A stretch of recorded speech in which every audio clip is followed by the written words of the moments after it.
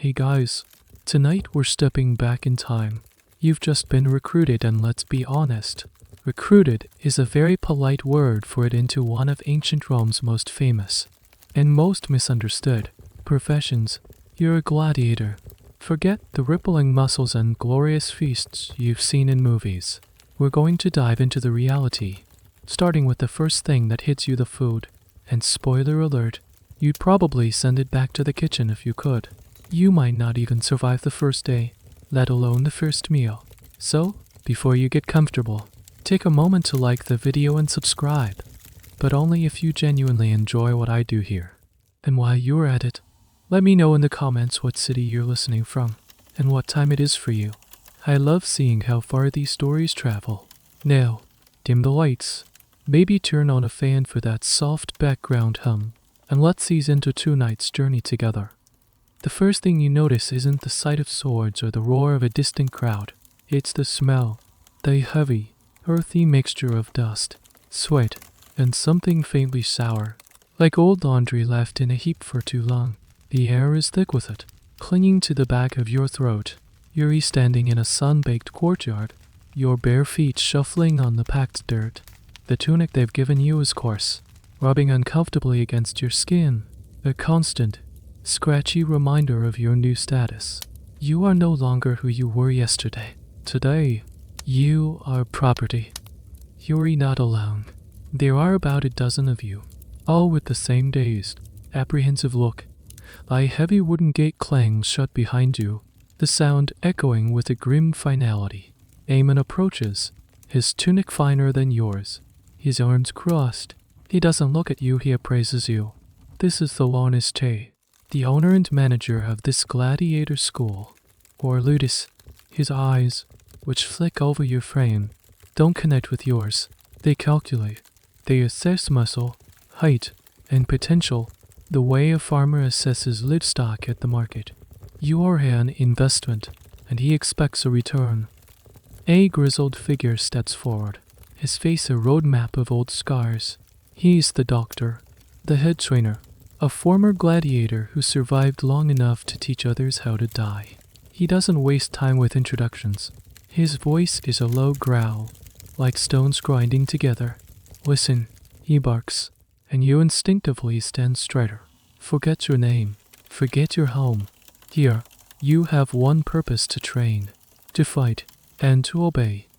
He points a thick finger towards a large, rough-hewn wooden board nailed to a post. On it, rules are crudely painted in charcoal. He begins to outline your new life, not with a lesson on swordplay, but with a lecture on regulations. This is the first surprise. You expected to learn how to handle a shield, but your first lesson is pure bureaucracy. It's an almost comically detailed list of what you can and cannot do. No speaking unless spoken to. No leaving your quarters after sundown. No fighting outside the designated training areas. And then he gets to the food. He spends more time on this than on anything else. He doesn't tell you what you will eat. He tells you what you are forbidden to even think about. You see the markets in the city, he snarls, gesturing vaguely beyond the high walls. You will not taste their fruits. You will not buy their sweet cakes. You will not touch their roasted meats. His eyes narrow. Any food you are not given by me is poison. Any drink you are not given by me is poison. Is that understood? A few of you manage a weak nod. The idea of meat, something you might have taken for granted or dreamed of, is now officially off limits, a forbidden luxury. This is your first real lesson: your body is no longer your own, and that control extends right down to what you're allowed to put in your stomach. What's truly strange, a little bit of trivia you're learning the hard way, is the sheer administrative nature of it all. Your name has already been entered into a wax tablet ledger, your price recorded next to it. You are a line item in an accounting book. Every rule broken, especially a food infraction, will be noted. It could mean a flogging, or worse, a deduction from the pittance you might earn if you ever become successful enough to have earnings. As you stand there, stomach crumbling with a mixture of fear and actual hunger, you look at the men around you. Who are they? Were they captured in a war on some distant frontier? Are they criminals? their lives forfeit to the state and sold to this school, or are they like some of the men you heard whispers about the Hordearii, free citizens who, driven by debt or a desperate thirst for glory, voluntarily signed a contract to become gladiators? Historians still debate the true proportions, the exact legal process that allowed a free man to sell himself into this brutal form of bondage. Looking at the faces around you, some defiant, some terrified, some just know it's impossible to tell. All you know is that you are all here, in the same dusty courtyard, under the same set of unforgiving rules, about to learn what it means to be fed like a fighter. The sun begins to dip below the walls, and the trainer finally dismisses you. You are herded towards a long, low building from which a thin plume of smoke rises. The smell that meets you is not encouraging. It's the smell of something boiling, something thick, grainy, and utterly devoid of promise. You're pushed through a doorway into a long, low, silencing room. The air inside is even warmer, thick with steam and the smell of boiling grain. This is the Archaeological room, the dining hall. It's a simple, functional space. 2 long wooden tables, scarred and stained from years of use, are flanked by rough-hewn benches. The only light comes from a few sputtering oil lamps that cast long, dancing shadows on the stone walls, making the men already seated look like weary ghosts. There's a low murmur of conversation, but it's not cheerful. It's the tired, perfunctory grumbling of men going through emotion they've endured 1,000 times before. At the far end of the room, a large black cauldron sits over a smoldering fire pit. A man with arms like tree trunks, his face slick with sweat, ladles a thick, grayish substance into crude earthenware bowls. You're nudged forward into a line. When it's your turn, a bowl is shoved into your hands. It's heavy and warm. You look down into it. It's a porridge, of a sort, a lumpy, gelatinous mass of cooked grain, the color of which sand. A single, lazy bubble of steam rises from the center and pops, leaving a small crater. There's nothing else. No sprig of parsley for color, no drizzle of oil for flavor. Just this. You find a space on a bench between a nervous-looking boy who can't be much older than 16 and the mountain of a man with a shaved head and a flat, broken nose. He doesn't even glance at you. His focus is entirely on the bowl in front of him, which he is emptying with a methodical, joyless efficiency.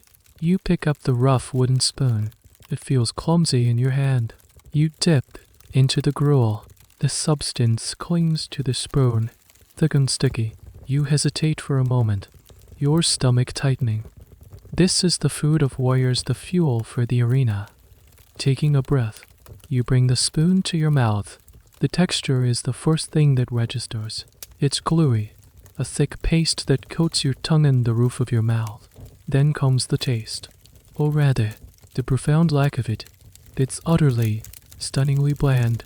It tastes of boiled grain and water, with a faint, smoky aftertaste from the fire. There is no salt, not a single grain. The absence of it is so complete, it's almost a flavor in itself, a flavor of pure deprivation. You swallow, and the lump moves slowly down your throat. The veteran next to you lets out a low grunt, more of a scoff than a laugh. H.E.S. finished his bowl and is scraping the sides for any last remnants. He sees the look on your face, the shock, the disappointment. First time he rumbles, his voice low. You nod, not trusting yourself to speak. He gestures with his spoon towards your bowl. Horden, he says, as if that explains everything. That's what they call us. You know, Hordearii. He says the word with a certain weary irony. The Barley Men. And just like that, it clicks. Hordearii. You've heard the term in the city, spat out as a half insult, half description for gladiators. You just never understood what it really meant until this very moment. With a mouthful of sticky, tasteless barley porridge. This isn't just a meal, it's your identity. You are a barley man. You are defined by this unappetizing mush. This is the central pillar of your new life, a diet based almost entirely on barley. It was cheap, it was filling, and it could be produced in massive quantities to feed a school full of hungry men. But the specifics of the preparation are a small, miserable detail you're learning firsthand. The lack of salt is particularly telling. Salt was a valuable commodity, so crucial that Roman soldiers were sometimes paid in it, the origin of the word salary. To deny it to you is a calculated economic decision, a constant reminder from the l'honnêteté that you are not worth the expense. Every meal is a lesson in your own perceived value. You force down another spoonful, and then another, your body crying out for flavor, for variety, for anything other than this monotonous paste. You wonder if this is even pure barley. Historians today still argue about the exact composition of a gladiator's meal. While the Barley Men moniker is famous, it's highly likely that their recipe changed based on what was cheapest and most available. In some parts of the empire, it might have been mixed with spelt, millet, or fava beans to stretch the supply. Perhaps the bowl in your hands isn't just barley, but a mix of whatever grains the l'honnêteté could buy for the lowest price that week. There was no single, empire-wide gladiator cookbook. There was only the principle of cheap calories. You finish the bowl because you're hungry, and because you sense that not finishing would be seen as a sign of weakness. Your stomach is full, but you feel utterly unsatisfied. It's a heavy, leaden feeling, as if you've swallowed a ball of warm clay. You look around at the other men, the new recruits, like you, are pushing the gruel around their bowls. The veterans, however, eat without expression. They are long past expecting pleasure from their food. For them, this is just fuel. It is the necessary, unpleasant prelude to another day of brutal training. You place your empty bowl down on the table, the gritty, tasty film still clinging to your mouth. The lesson is sinking in. You came here expecting to be forged into a weapon. You didn't realize the forging process started here, in a bowl, with the blandest meal you've ever known. The next morning, the soreness in your muscles is a dull, throbbing ache. You were woken before sunrise, put through a series of grueling exercises that seemed designed less to build strength and more to find your breaking point. Now, standing in the training yard, covered in a film of sweat and dust, you listen to the doctor again. HES circling the group of new recruits, his eyes critically scanning each of you.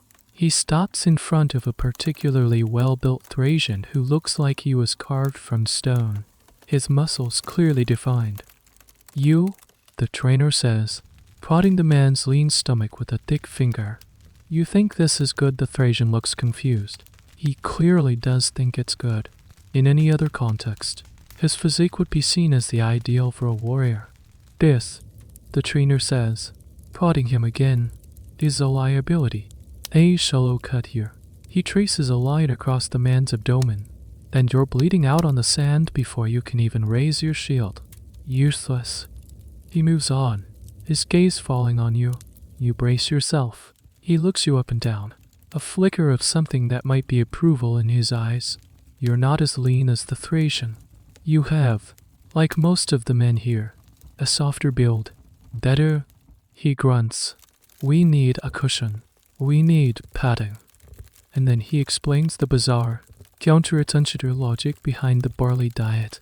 You had assumed, as anyone would, that a warrior's diet would be designed to build lean, powerful muscle, the kind of body you see on statues of gods and heroes. But you are not the hero.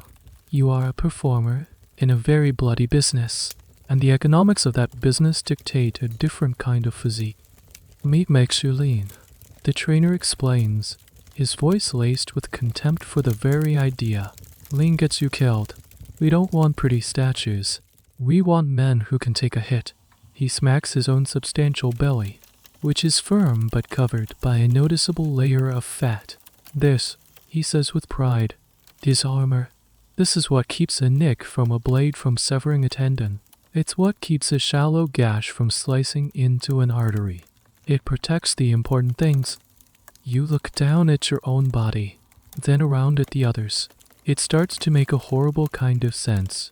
The goal of your diet isn't to make you an elite athlete in the modern sense. The goal is to make you more durable.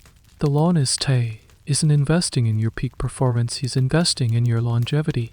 A gladiator who dies from a minor, superficial wound is a bad investment. A gladiator who can absorb a few cuts, bleed a little for the crowd, but ultimately survive to fight another day is a good one. That layer of subcutaneous fat, built up by a relentless, carbohydrate-heavy diet of barley porridge, is a crude but effective shield.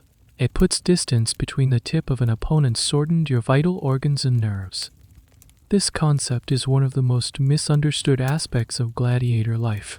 We see the chiseled Hollywood depictions and assume they were fed like modern bodybuilders on high-protein, low-fat diets, but scientific evidence, particularly from analysis of gladiator bones found in a cemetery in Ephesus, supports what the trainer is telling you. The bone density and chemical compositions adjust a largely vegetarian diet, extremely high in carbohydrates. This wasn't about aesthetics, it was about survivability. It was a functional, if unappetizing, biological engineering project. The trainer continues his lecture. The crowd loves blood, he says with a grim smile.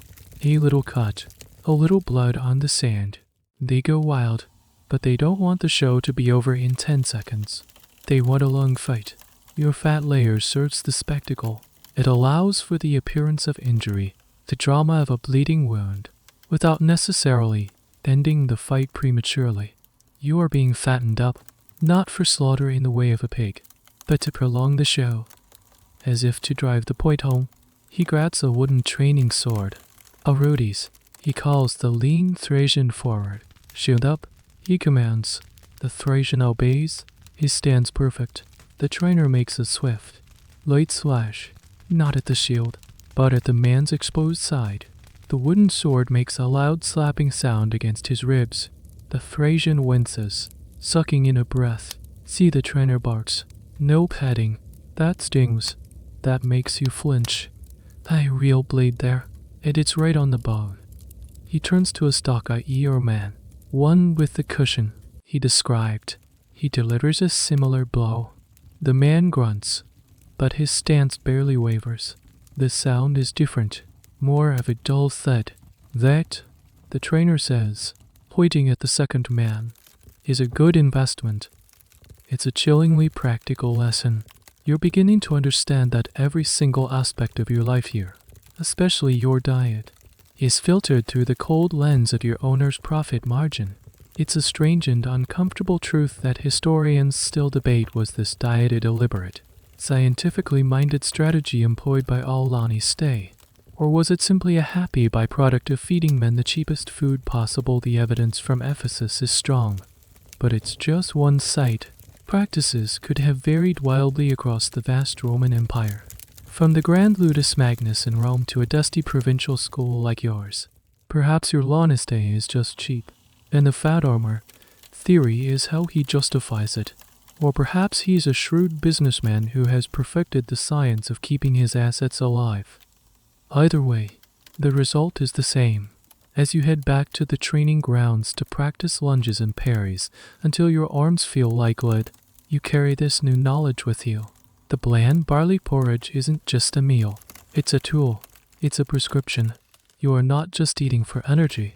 You are eating to build your own fleshy, unglamorous, and deeply necessary armor. The days begin to blur into a monotonous routine of grueling training on tasteless meals. The barley porridge is a constant, a gray anchor to your mornings and evenings. But soon, you discover it has a companion. On the third day, as you line up for the evening meal, the smell is slightly different. It's still earthy and smoky, but there's a new note in the air, something denser. When the bowl is shoved into your hands, you see that the familiar gray mush is now flecked with brownish, oval shapes. What's this, you ask the veteran with the broken nose, who has taken to sitting near you, perhaps out of a weary sense of pity for the new arrivals. He glances into your bowl without interest. Beans, he grunts. Further, the other half of the menu. You take a tentative bite. The beans are cooked to a soft, almost disintegrated state, their texture barely distinguishable from the surrounding barley mush. They add a slightly earthier, faintly savory flavor to the mix, but it's a marginal improvement at best. It's like adding a drop of gray paint to a bucket of slightly lighter gray paint. Still, it's a change, and at this point, any change is a novelty. This is the second pillar of your diet: legumes. Fava beans, lentils, and chickpeas were the protein source of the masses in the Roman world. They were cheap, could be stored for long periods when dried, and were incredibly filling. For the honest, they were the perfect complement to barley. While barley provided the carbohydrates to build your fatty armor, the beans provided the protein necessary to repair the muscles you tore down during training each day. It was a simple, brutally effective nutritional calculation. You learn that the menu, if you can call it that, operates on a simple, predictable cycle. Some days it's just barley. Some days it's barley with beans. On a truly exciting day, you might get a bowl of beans with a little bit of barley mixed in. It's a culinary world of two notes, played over and over again until your palate feels numb. You start to crave flavors with a physical intensity. You dream of the sharp tang of an apple, the sweetness of a fig, or the salty kick of a piece of cheese. These simple things, once taken for granted, now seem like the most decadent luxuries imaginable. The constant, high-fiber diet has a noticeable effect on everyone. The dining hall is filled with the low, rumbling sounds of protesting digestive systems. It's a less than glamorous side effect of your high-performance diet. While this kind of food was great for keeping you full and providing slower release energy, it was also, to put it mildly, hard on the gut. It's a small, daily indignity that binds you all together. The funny, if slightly gross, piece of trivia is that the Romans were well aware of this. The writer Pliny the Elder wrote extensively about the social consequences of eating too many beans, and there were even jokes and plays that touched upon the subject. You are living a well-documented Roman cliché. You find yourself observing the other men, trying to understand how they cope. The veterans eat with a grim determination, their faces impassive. They've learned to disconnect the act of eating from any expectation of pleasure. It's a purely mechanical process of refueling. Some of the newer men try to innovate. One might mash his beans into the barley with extra vigor, as if trying to force the two elements to become something new and better. Another might try to eat the beans first, saving the barley for last. A small active control in a life that offers none. These are tiny, desperate acts of culinary rebellion, but the end result is always the same: a full stomach and a deep sense of dissatisfaction. The historical accuracy of this two-part menu is a topic of some discussion. While the barley and beans diet is the most commonly cited model for gladiators, it's likely an oversimplification. The reality was probably more varied, dictated by region and season. In Hispania, chickpeas might have been more common. In Egypt, lentils. The diet wasn't a monolithic, empire-wide mandate but a reflection of local agriculture and commodity prices. What remained constant was the principal carbohydrate-rich grains as the base, supplemented by cheap, protein-dense legumes. So while you're eating barley and fava beans, your gladiator counterpart in another corner of the empire might be complaining about the endless monotony of militant lentils. It's a comforting thought. In a way, misery loves company, even if it's hypothetical and separated by 1,000 miles.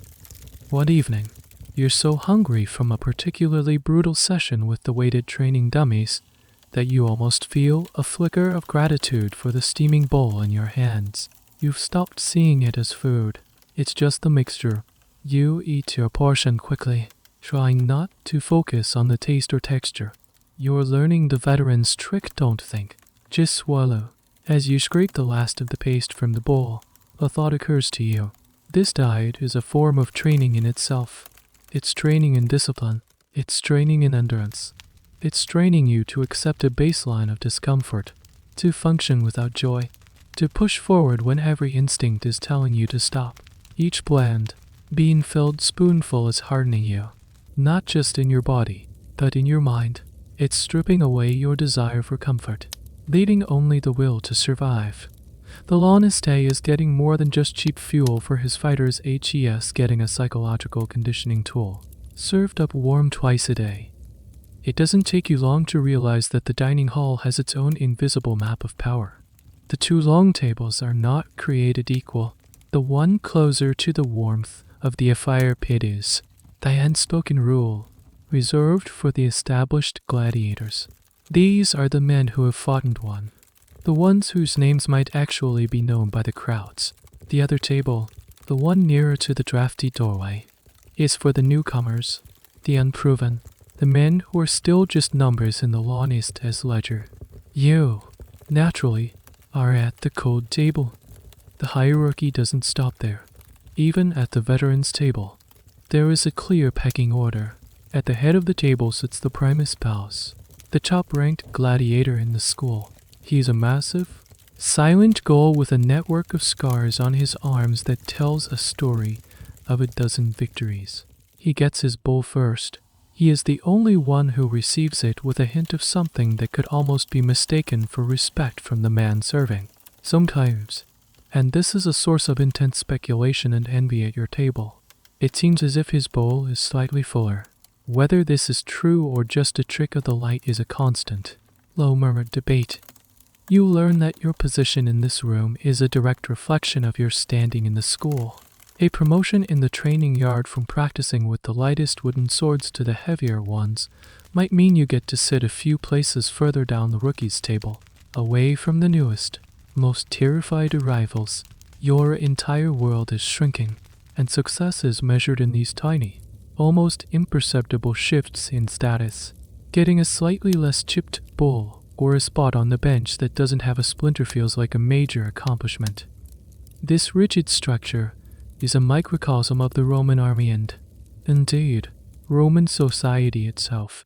Everything was about rank, honor, and knowing your place. The Laniste encourages this.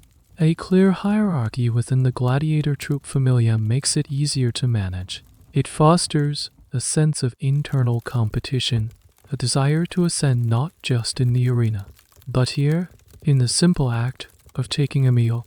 He pits you against each other, not just with swords, but with social pressure. One evening, you witnessed this system in action. A new recruit, a brash young man captured in a recent German campaign, either doesn't understand the rules or doesn't care. Filled with a foolish bravado, he walks straight past the rookie's table and makes to sit at the veteran's table. A sudden, dead silence falls over the room. The low hum of conversation ceases. The sound of spoons scraping against bowls stops. Every eye is on him. The Primus Paus, the Gaul, doesn't even look up from his bowl. He simply extends a leg, blocking the German's path. The message is clear. The young man hesitates, his bravado visibly deflating in the oppressive silence. One of the other veterans, a weary Hordearii who fights with a net and trident, slowly stands up. He doesn't say a word. He just points with his chin towards the rookie's table. The German's face flushes with anger, then embarrassment. He mutters something under his breath, turns, and stomps over to the far end of your table, sitting down with a clatter. The room exhales, then the sounds of eating resume, but the tension lingers. The lesson has been taught, and everyone has learned it anew. A strange, unwritten rule you discover is about leftovers. There are never any leftovers. You are given a portion that is calculated to be just enough. To ask for more is unthinkable. To not finish what you are given is a sign of weakness, or, even worse, disrespect. You must consume exactly what you are provided. It's a system of absolute control. This creates a strange paradox. You are simultaneously always hungry for real food, yet often struggle to finish the monotonous paste put in front of you. Historians often debate the level of camaraderie versus rivalry within a ludus. Were gladiators a tight-knit brotherhood, bonded by shared hardship, or were they cutthroat competitors constantly vying for dominance. The truth, as you're experiencing it, is likely both.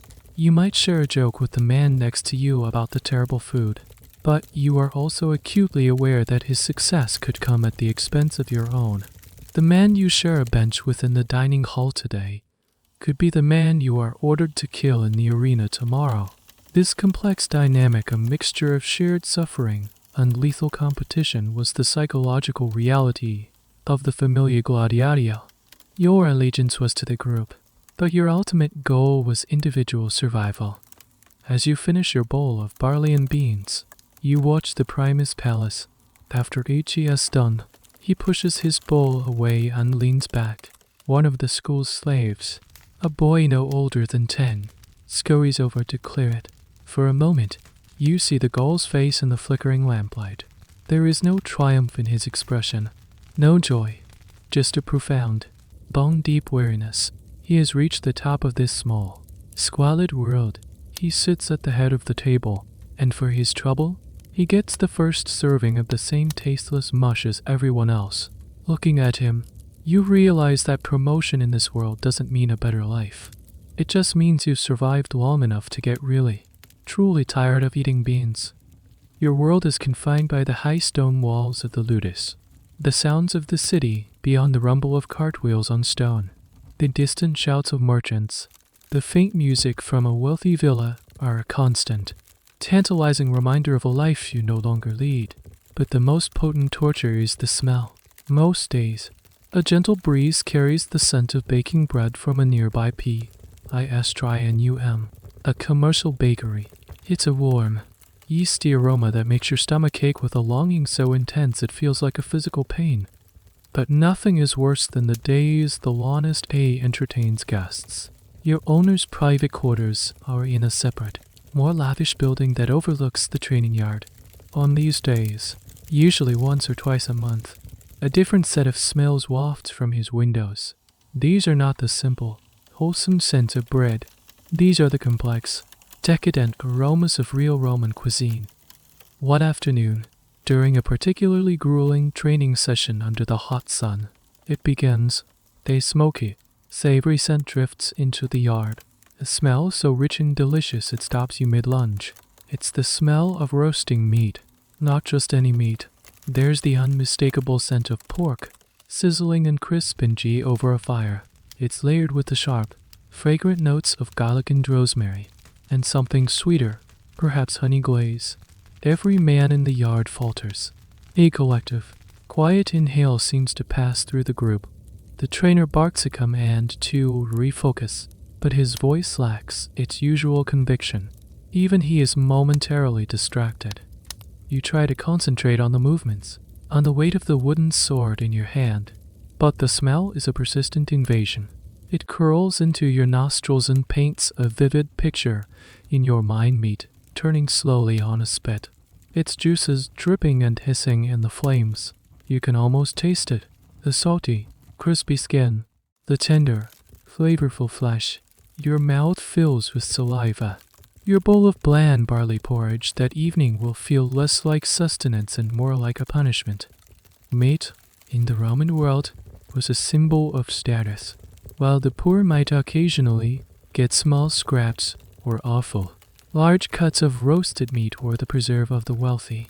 The most extravagant banquets of the elite featured exotic birds, elaborate pork dishes, and mountains of sausages. For you, a gladiator, meat was a distant, almost mythical substance. You are being conditioned to see it not just as food, but as the ultimate symbol of the freedom and luxury you have lost. Your main source of protein is beans. The occasional bit of animal protein you might receive would be in a form so unappetizing it hardly counts. Perhaps some gristle or fat boiled into a thin broth to be poured over your grains. A way for the Lanista's kitchen to use up every last scrap. This scarcity shatters the modern image of gladiators as perfectly fat, muscle-bound carnivores. They were, for the most part, vegetarians not by choice, but by economic necessity. A weirdly specific tidbit you learn from the grumbling of an older gladiator is about fish sauce. Garum, A fermented fish sauce was the Roman equivalent of ketchup or soy sauce, a ubiquitous condiment used to add a salty, savory flavor to almost everything. Even the poorest Roman could usually afford a little bit of cheap garum to make their food more palatable. But you don't even get that. The Laniste is too cheap to provide a splash of the lowest grade fish sauce to make your daily gruel less miserable. The denial of such a basic condiment is a powerful statement of your low standing. The smell of the feast continues for hours. Later, you smell baked fish with herbs, and then the sweet, spicy scent of mulled wine. Kalida, you feel a deep, burning resentment. It's a quiet, impotent rage that churns in your gut. You are here, being forged into a killing machine for this man's profit, and he is up there, feasting with his friends, living a life of unimaginable indulgence. The contrast is stark and cruel. Historians have long debated the exact nature of the relationship between Laniste and his gladiators. Was it purely a master-slave dynamic, or was there a professional, coach-athlete element to it? Some inscriptions suggest that successful gladiators could achieve a degree of fame and wealth, and that some Laniste took pride in their champions. But as you stand here, smelling a feast you will never taste, it feels very simple. You are livestock, valuable livestock, perhaps, but livestock nonetheless. The farmer might take pride in his prize-winning bull, but he doesn't invite it to sit at his dinner table. As evening falls, the smells from the owner's villa begin to fade, replaced by the familiar, smoky scent of your own dinner being prepared. You line up, exhausted and demoralized, for your bowl of barley and beans. It tastes even worse tonight. Every spoonful feels like an insult. You eat in silence, the memory of the roast pork scent haunting you. You look at the faces of the men around you. You all share the same look of dull resentment. That night, lying on your straw pallet in the dark, you can't sleep. Your stomach is full, but your senses are starved. You understand now that hunger isn't just an empty stomach. It's a longing for a taste, a memory, a feeling. It's the ache for a life that is happening just over the wall. A life you can smell but can never, ever touch. The dream of freedom. You realize, how's it taste? And it tastes a lot like roasted pork. The training session ends, and your body screams in protest. Every muscle is a taut, whining cord of pain. You've spent the last hour in the sun-drenched pit, wrestling with a hulking salt who seemed to have been born with a low center of gravity and a bad attitude. Your arms and back ache. Your knuckles are scraped jaw. Then you have a new, impressive bruise blooming on your shoulder. You and the other novices are herded, panting and sweating, to a corner of the yard you haven't been to before. In the shade of an overhang stands a large clay amphora, a tall, two-handled jar, filled with a murky-looking liquid. Next to it are a stack of rough clay cups.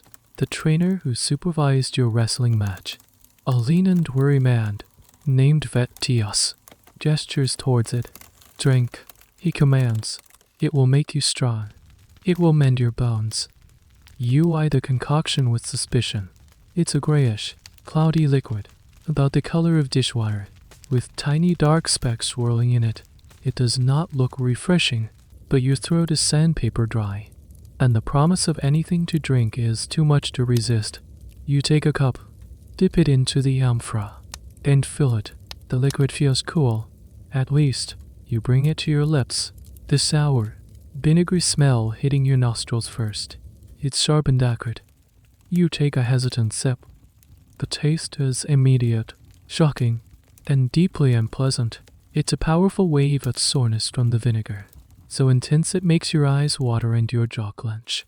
But underneath the vinegar, there's another flavor, a gritty, chalky, and frankly, disgusting taste of ash. It's like licking a cold fireplace. The tiny specks you saw are not spices, they are grit. You can feel them, a fine, sandy texture on your tongue and teeth. You force yourself to swallow. In the sour, fishy mixture burns its way down your throat, leaving a foul, lingering aftertaste. You look around and see the same horrified reaction on the faces of the other new recruits. One man coughs, spitting the liquid onto the dirt. Vettius is on him in a second, his voice a low threat. You will drink what you are given. It is not for pleasure. It is medicine. Chastened, the man picks up his cup again, his expression one of pure misery. This is your introduction to the legendary Gladiator sports drink. It was a recovery concoction, a post-workout supplement believed to be a vital part of the regimen. After a day of brutal training, or a real fight in the arena, gladiators would be given this mixture of ash and vinegar or sometimes just water. The trainers claimed that it mends your bones wasn't just superstitious nonsense. From their perspective, it was science. They believed the ash, the key ingredient, was a rich source of calcium, essential for strengthening bones and helping them heal from the constant stress, fractures, and injuries that were a part of the job. You are, in essence, drinking your vitamins. The calcium theory is surprisingly plausible. Modern analysis of gladiator bones from the Ephesus cemetery has shown exceptionally high levels of strontium and calcium, consistent with a diet supplemented by a calcium-rich source. The plant-based diet, while providing some minerals, might not have been enough to support the extreme demands placed on their skeletons. This ashy beverage was likely a deliberate, if disgusting, nutritional supplement to counteract that deficiency. It was ancient sports science in a cup. You force down the rest of the drink, the good scraping your throat on the way down. The vinegar, Hordearii, was likely a cheap wine vinegar, used for its supposed purifying properties and to make the ash mixture slightly more of a suspension, though palatable is not a word you would use. This combination of ash and Dasar liquid was not unique to gladiators. Either. It's a strange bit of trivia that variations of this were used as folk remedies across many ancient cultures, believed to cleanse the body and provide essential minerals. You are drinking a well-established, stomach-churning, health tonic. Still, the exact source of the ash is a matter of some historical debate. Vettius claims it's from special charred woods, chosen for their restorative properties, and many scholars agree that wood ash was the most common ingredient. However, darker rumors persist. Some ancient sources, though often sensationalized, hint that the ash could sometimes be from charred bones, animal bones. One would hope the thought makes your stomach churn more than the drink itself. Was the Lanus taste so frugal that he would burn the bones from his own kitchen scraps to create this medicine for his fighters, given what you know about his attitude towards meat? It seems entirely possible. As you place the empty cup down, a strange warmth spreads through your belly. The vinegars burn, settling into a dull heat. You don't feel stronger. You just feel slightly ill. But you also feel the eyes of Vettius on you, and you stand a little straighter. You survived the drink. You followed the orders. It's another small test passed, another step into this bizarre world. You look at the amphora full of grey liquid, and it dawns on you that this is your future. After every training session, after every fight, this foul-tasting elixir will be your reward. It's another constant reminder of your status. You are not a hero to be celebrated with wine. You are a piece of biological machinery to be maintained. Your aches are not to be soothed with rest, but treated with ash. Your health is not a matter of comfort, but of chemistry, and the taste of that chemistry is absolutely awful. You can't get the taste of the ash and vinegar drink out of your mouth. It lingers for hours. A phantom grittens on your tongue. The experience sparks a new topic of hushed conversation among the novices. As you scrape dried mud from your training armor that evening, you huddle with a few others, talking in low voices about the health drink. I swear, it tasted like the bottom of a hearth, one man mutters, a young Iberian with perpetually worried eyes. What kind of wood do they even burn to make it? Another asks, rubbing his stomach, as if still feeling the effects. It can't be from the cooking fires. That smells of, well, barley. This question hangs in the air. The nature of the ash is a mystery. And your mind, starved for any kind of stimulation beyond pain and boredom, latches onto it. You start listening more closely to the veterans, hoping to pick up a clue. You hear snippets of conversations, conflicting theories passed down through generations of gladiators. The old, scarred Hordearii you saw in the dining hall claims it's from oak wood, burned in a special ritual fire. He says it with a straight face, imbuing the foul drink with a mystical quality. According to him, the priests of certain gods used oak ash for purification, and the Launistay is simply adopting a sacred practice for his fighters. It's a noble, almost romantic idea, and you want to believe it. It would make the daily ordeal feel less like drinking dirt. A few days later, you overhear a different theory. A cynical, one-eyed Seikador, a type of gladiator who fights with a large shield and sword, scoffs at the Hordearii' story. Ritual fire, he sneers to a companion. The Launistay wouldn't pay for a ritual if his own life depended on it. It's whatever is cheapest. It's scrap wood from the carpenter's shop. It's broken cart wheels. It's probably the old pallets we sleep on when they fall apart. His theory is less inspiring but feels much more plausible. It aligns perfectly with the logic of the barley and beans function over 4, tossed over comfort. Then, you hear the darker rumor again, this time from one of the kitchen slaves who brings the water buckets. H.E.S. a boy from Syria who has been here for years, and he speaks in a whisper, his eyes wide.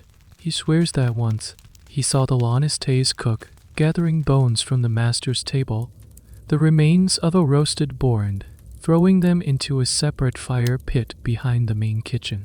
Bone ash. The idea sends a fresh wave of revulsion through you. Are you literally drinking the leftovers of your owner's feast? It's a grotesque form of recycling. A final, grim insult? This very question bone ash, or wood ash, is a real point of contention among modern historians and archaeologists. The chemical analysis from the Ephesus burial site confirms high mineral content, which could come from either source. Wood ash is rich in calcium, while bone ash calcium phosphate is even more so. Both are plausible. Proponents of the wood ash theory point to literary sources that mention the use of specific types of wood for medicinal ash. It was a known practice in Roman folk medicine. On the other hand, those who lean towards the bone ash theory argue from a standpoint of pure Roman pragmatism. The Romans were famously unsentimental about waste. Everything was reused. Animal bones were a readily available source of calcium phosphate, and it makes perfect economic sense that a frugal Launistay would utilize them. Some even speculate that the type of ash could be another sign of status within the ludus. Perhaps the top gladiators, the primipoli, got the good medicinal wood ash, while the novices and lower-ranked fighters had to make do with the gritty, unpleasant bone ash. It's a chilling thought, a hierarchy that extends even to the composition of your disgusting recovery drink. You become a reluctant connoisseur of ash. Each day, after training, you try to analyze the drink. You let the grits settle at the bottom of the cup and examine it. Is it black and flaky, like charcoal from wood, or is it gray, finer, and denser, like pulverized bone might be? You try to discern a difference in the taste. Does today's batch have a faint, smoky, green taste of wood, or a deeper, more mineral-heavy, and frankly more disgusting flavor that you now associate with the idea of bones? Your investigation is, of course, fruitless. The overwhelming soreness of the vinegar masks any subtle differences. And in the end, does it really matter wood or bone? The drink is still vile, but the mystery itself becomes a coping mechanism. It gives your mind something to chew on, a puzzle to solve in a world where you are given no choices. Debating the origin of the ash with the Iberian recruit is better than sitting in silence, contemplating your own misery. One afternoon, as you down the chalky liquid, you catch the eye of the old veteran with the broken nose. He sees you studying the dregs in your cup. He gives a tiny, almost imperceptible shake of his head, a look of weary amusement in his eyes. His expression says it all. Stop thinking about it. Boy, it doesn't matter. Just drink and get on with it. He's right. Of course, the true recipe for the Gladiator's drink is lost to time. A secret kept by the men who made it and the men who had to drink it. Whether it was sacred ash, scrap wood, or kitchen bones, it was just one more unpleasant necessity in a life composed entirely of them. You let the last of the gritty liquid slide down your throat and put the cup down. The mystery remains unsolved. This small, murky question mark at the bottom of your cup, and at the bottom of history. Days turn into weeks. The rhythm of the ludus is now your own rhythm. Wake, trained, beat, trained, eat, sleep.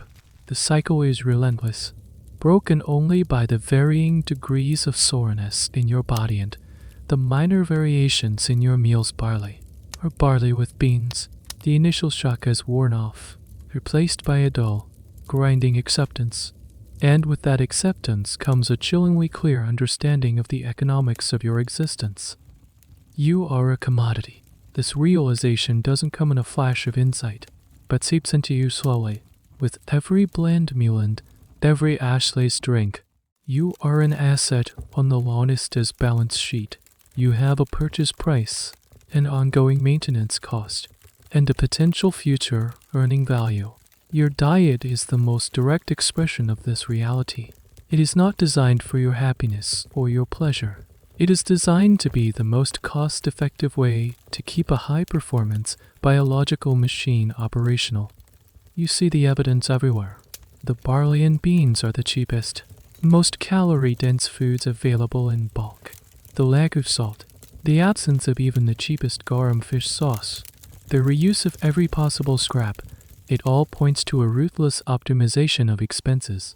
The Loniste is running a business, and you are his walking, fighting inventory. One day, you are assigned to a work detail, mending the leather straps on a set of training shields. The task takes you to a storage shed near the kitchens. Through the open door, you see the quartermaster, a freedman who manages the school's supplies, arguing with a merchant. The merchant is trying to sell a wagon load of chickpeas. The price is fair, the best quality, the merchant insists, holding up a handful of the dried legumes. The quartermaster scoffs, picking one up and examining it with disdain. Fair for these their last season's crop, and half of them are worm-eaten. I'll give you half of what you're asking, and not a sestertius more. The two men haggle for another 10 minutes, their voices rising and falling. The quartermaster is relentless, pointing out every flaw, threatening to take his business elsewhere. Eventually, the weary merchant concedes, agreeing to a price that is clearly far lower than he wanted. The quartermaster smirks, a look of triumph on his face. He has saved the lawn estate a few denarii, and you now know exactly what will be in your bowl for the next month. Last season's worm-eaten chickpeas. This is the cold, hard logic that governs your life. The lawn estate is not just an owner, he's a speculator. He bought you, a collection of war captives, criminals, and debtors, at a low price. He is now investing the absolute minimum amount of capital required to transform you from raw material into a profitable product. The food is the fuel for this transformation. It's the cheapest grade of fuel he can find. This economic reality is a fascinating, if grim, piece of Roman history. Gladiator schools were private enterprises, often incredibly lucrative ones. A top-tier gladiator could be rented out or sold for a fortune, far exceeding the initial investment. The whole system was a high-stakes, high-reward business. Some Loniste became fabulously wealthy, but to do so, they had to be masters of cost control. Denying you a handful of salt or a piece of fruit wasn't just cruelty, it was sound business practice. Multiplied by the number of gladiators in the school, over the course of a year, those tiny savings added up. A strange detail you learn is that the Loniste actually has to pay a tax on his gladiators. They are, in the eyes of the state, a source of revenue. This fact somehow makes it all worse. Not only are you property, you are taxable property. This probably fuels your owner's obsession with cutting costs. even further. Any expense he can shave off, like buying cheaper grain, directly pads the profit margin that the taxman is trying to shrink. The debate among historians is not whether this was a business, but how sophisticated it was. Did Lonnie's stay have detailed accounting ledgers, tracking the cost of each gladiator's upkeep against their potential prize money? Did they use statistical thinking, calculating the odds of a Thracian-style fighter surviving longer than a ready Arius and adjusting their training investments accordingly? Well, no such ledgers have survived. The Roman genius for administration and bureaucracy suggests it's highly likely. You are probably a row of figures on a wax tablet somewhere in the Lanistae's office. Your food costs column filled with depressingly small numbers.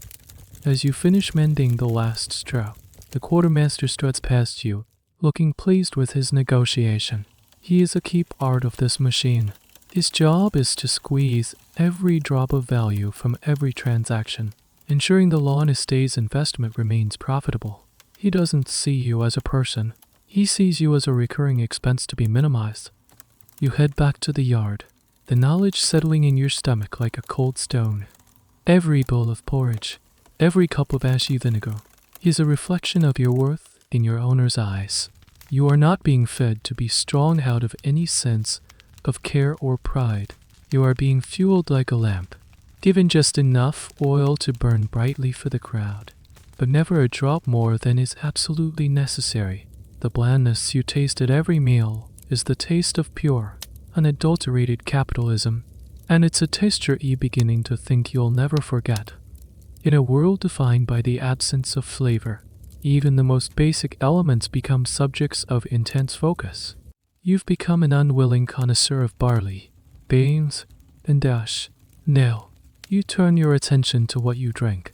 Aside from the dreadful post-training recovery beverage, your daily hydration comes from two sources, both as uninspired as the food.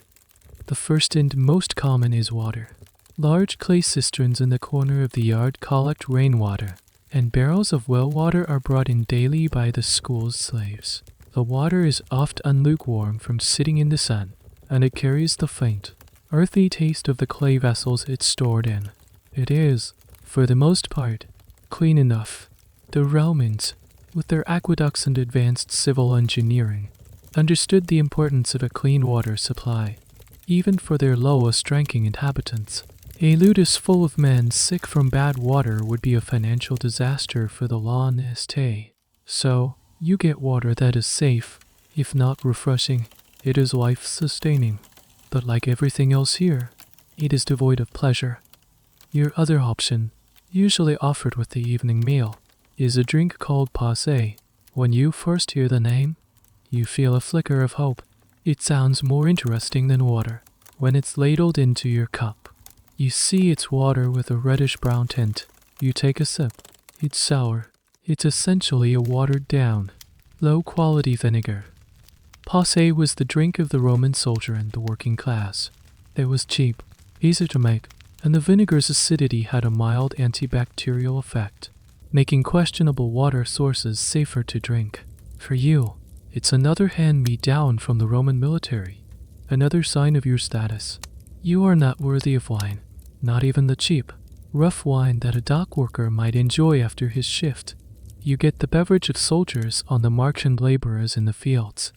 The taste is sharp and acidic, but you find, to your surprise, that you almost prefer it to plain water.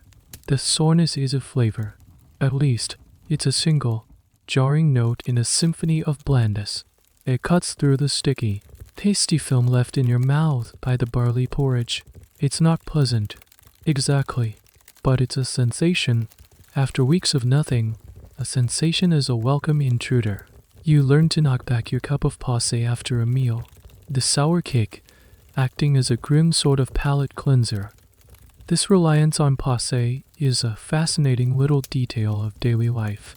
While the wealthy drank a wide variety of wines, meticulously aged and categorized, the vast majority of the empire ran on these simpler, more functional beverages. It was hydrating. The vinegar was believed to aid digestion, and it was thirst-quenching. In a hot climate, a sip of something sour can be more refreshing than plain water. In a strange way, the lawness tea is providing you with a perfectly sensible, if an exciting, electrolyte drink. A peculiar fact you learn from one of the older gladiators is that the quality of the pasta can vary. When the old man gets a bad batch of wine, he grumbles, referring to the lawness tea, one that's turned to vinegar too quickly. We get it for weeks. That's when the pasta is strong. The idea that your drink's quality is dependent on your owner's failed wine-making experiments is another small, daily humiliation. You are literally drinking his mistakes.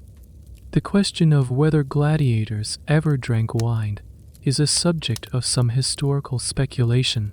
The popular image, fueled by films and novels, often shows them carousing with jugs of wine. The reality was likely far more sober. Wine was a pleasure, a luxury, and an intoxicant. The lawness tea would have little interest in providing his fighters with a substance that could lead to brawls, lax discipline, and poor performance in training. Drunken gladiators are bad for business. However, some historians argue that a small amount of heavily watered-down wine might have been permissible on occasion, perhaps as a reward or on a festival day. A text by the famous physician Galen, who actually served for a time as a doctor to a gladiator school, mentions that he treated the fighters' wounds with wine. This suggests wine was present in the ludus, at least for medicinal purposes. Whether it ever made its way into their drinking cups is another matter. Perhaps the top champions were afforded this privilege, another subtle marker of their elite status. For you, though, wine remains a distant dream. Your world of hydration is limited to the stark choice between the flat taste of lukewarm water and the sharp tang of cheap vinegar. You find yourself thinking about drinks you once took for granted. Cool milk, fresh from a goat, the juice of a crushed grape, even the water from the specific spring near your long-lost home, which you now remember as having a crisp, clean taste unlike any other. You drain your cup of pause. The soreness makes you pucker your lips. It's the taste of necessity. It's the taste of the lower classes. It's the taste of a life stripped down to its barest components. As you get up from the table, you realize this simple, sour drink is a perfect metaphor for your existence here. It keeps you alive. It serves its function. But it offers not a single drop of joy. The monotonous cycle of your diet is so deeply ingrained that any deviation feels like a monumental event. Most days, your bowl contains the same grail landscape of barley and beans. But one evening, as the steaming bowls are being ladled out, you notice something different. Lying on top of your usual portion of gruel is a thick, dark slice of bread. A murmur of excitement ripples down the rookie's table. Bread, not the fine, white bread of the rich, but a coarse, dark rye bread, dense and heavy. Still, it's bread. It's something different. It feels like a holiday.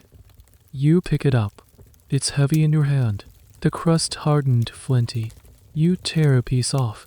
The inside is dense and slightly damp, with a sour, earthy smell. You dip it into the porridge, letting it soak up the thin, watery liquid. When you eat it, the texture is a revelation. It's chewy, substantial. It requires effort from your jaw. After weeks of swallowing soft, formless paste, the simple act of chewing something solid feels incredibly satisfying. The flavor is strong and rustic, and it completely transforms the meal. The blandness of the barley is given a foundation, a companion. It's no longer just gruel, it's gruel with bread. The difference is profound.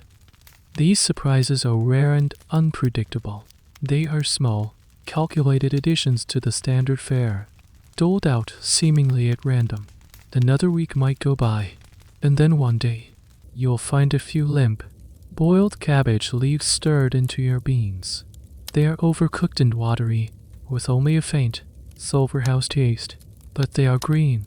The color alone is a shock to the system. You savor every wilted strand. These occasional additions are the honest's way of managing morale, a cheap and effective tool. He knows that unending monotony can break a man's spirit. A broken spirit makes for a poor fighter, so he introduces these tiny, unpredictable rewards. They are just enough to break the routine, to give you a sliver of something to look forward to. The fact that you never know when they're coming is part of the strategy.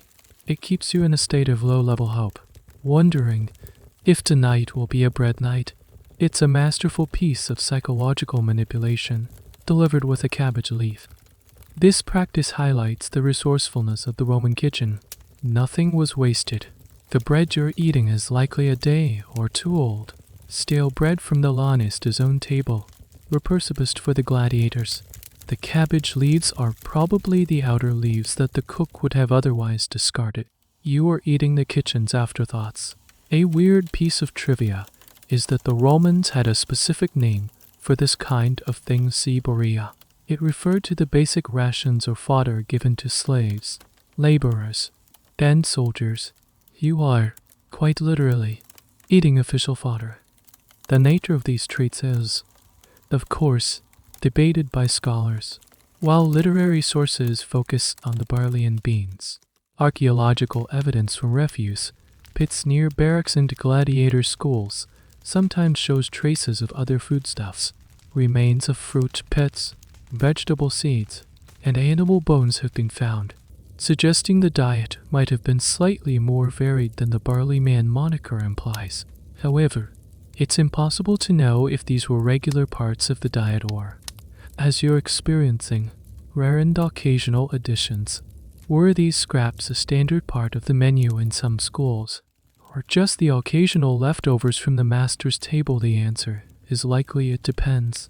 It depended on the wealth of the lawn estate, the location of the school, the season, and a dozen other factors. One day, the surprise is less pleasant. You find a handful of what look like wilted turnips boiled into your porridge. They are bitter and stringy, and they make the whole bowl taste faintly of dirt. You eat them anyway, because they are different. Even a bad surprise is better than no surprise at all. You start to notice a pattern, or at least you think you do. It seems that after a particularly brutal week of training, or if a minor bout of sickness has gone through the barracks, the chances of getting a piece of bread or some greens seem to increase slightly. It's as if the Launiste is making a calculated investment in your continued survival, a small nutritional boost when the livestock seems to be flagging. HES not being kind, HES protecting his assets. The most coveted surprise of all is fruit. Once, and only once in your first few months, a single, slightly bruised fig is placed on top of your evening meal. You stare at it for a long time. The other men who received one are doing the same. You eat your porridge first, saving the fig for last. When you finally pop it into your mouth, the burst of sweetness is so intense, so unexpected, that it almost brings tears to your eyes. It's a ghost of a forgotten world, a world of flavor and pleasure. You eat it slowly, trying to make the sensation last. For a few glorious seconds, you are not a gladiator, not a prisoner. You are just a man, eating a piece of fruit. The next day, it's back to plain barley. The memory of the fig feels like a dream, but the memory is enough. It's a tiny spark in the darkness. You now know that surprises are possible. The system is not entirely fixed. And so, every evening, as you receive your bowl, you feel a tiny, foolish flicker of hope. You glance into it, searching for a slice of bread, a green leaf, or the impossible, miraculous fig. Most days, there is nothing, but the hope itself is a strange and powerful kind of nourishment. Your body, which is growing stronger from the relentless training, is also starting to protest in a new and uncomfortable way. Your muscles ache less, but your stomach is in a near constant state of low-grade turmoil. The diet of barley, beans, and more barley is beginning to take its toll on your digestive system. It's a conversation held in hushed tones, a shared, embarrassing secret among the men. You feel perpetually bloated, your gut heavy and distended from the sheer volume of fiber and carbohydrates you're consuming. The dining hall, as you've already noticed, is a symphony of gurgles and groans. What was once a funny side effect has become a chronic discomfort. You learn to recognize the signs in others. You see men rubbing their stomachs after a meal, their faces tight with discomfort. You see them shifting on the training grounds, trying to alleviate the cramping in their gut. This isn't the sharp, noble pain of a muscle being pushed to its limit. It's the dull, ignoble pain of a digestive system being overwhelmed. This is the unglamorous reality of the Wonder Diet. While modern nutritionists might praise a high-fiber diet, the sheer lack of variety in yours is the problem. You're consuming massive quantities of a very limited range of foods. This can lead to what modern doctors would call irritable bowel syndrome, or other digestive issues. Your gut microbiome, the complex ecosystem of bacteria in your digestive tract, is being fed a monotonous diet, and it's not happy about it. One evening, the man who sleeps on the pallet next to yours, a quiet girl, is doubled over in pain. His face is pale with sweat, and Deichias clutching his stomach. You ask him what's wrong, and he just shakes his head, unable to speak. The school's medicus, a grim-faced man who smells of sour wine and medicinal herbs, is summoned. He looks at the girl with a practiced, unsympathetic eye. He doesn't ask many questions. Deichias seen this 100 times. He prods the man's bloated stomach, grunts, and leaves, returning a few minutes later with a cup of a foul-smelling herbal concoction. "Drink this," he orders. "It will purge you." The girl drinks it, and a short while later, he is violently ill. The next day, he is back in training, pale and weak, but the cramps are gone. The cure was as brutal as the condition. This is a strange and somewhat disgusting piece of historical trivia. Roman medicine was deeply concerned with digestion and bowel movements. Physicians like Galen wrote extensively about the importance of regular evacuations for maintaining health. They believed that many illnesses were caused by an imbalance of the humors, which could be set right by purging the digestive system. So, while your diet is causing the problem, the medical solution is to attack the gut even more aggressively with strong laxatives and emetics. The scientific reason for your digestive distress is something historians and archaeologists are still exploring. An analysis of the latrines at one Roman fort in Britain revealed a diet surprisingly high in bran and whole grains, but also a massive infestation of intestinal parasites, like wickworm and roundworm. While your ludus might be cleaner than a remote northern fort, the risk is always there. Poorly stored grain and a communal, living environment are perfect breeding grounds for such ailments. Is the pain in your gut just from the fiber, or is it something worse? A constant, low-level parasitic infection that the Laniste simply accepts as a cost of doing business. It's an unsettling thought.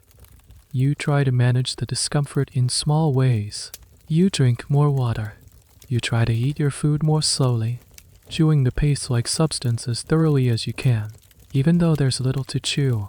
You learn from a veteran that walking around the yard for a few minutes after a meal can help things settle.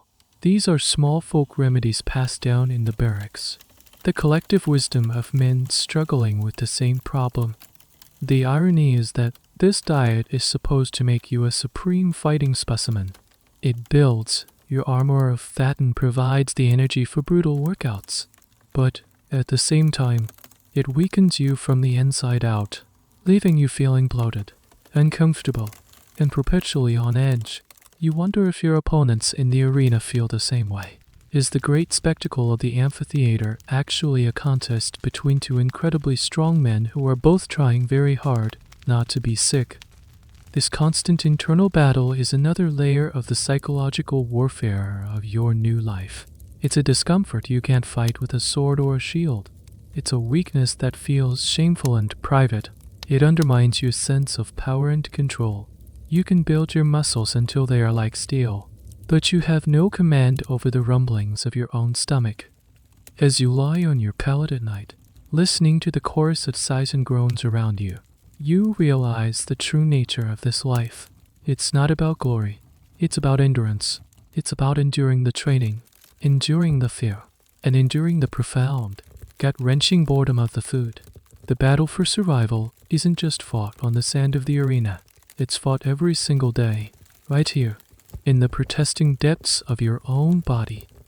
After a particularly clumsy fall during a training exercise, you find yourself with a throbbing wrist and a summons to see the medicus.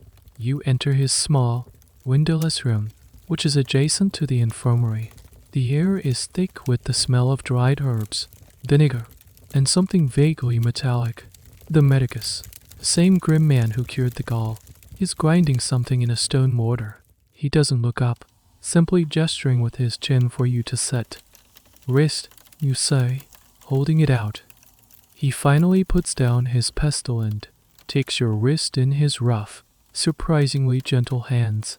He probes the bones and ligaments with an expert touch, his brow furrowed in concentration. After a moment, he grunts. A sprain, nothing broken. You are lucky. He wraps it tightly with a linen bandage soaked in cold water and vinegar.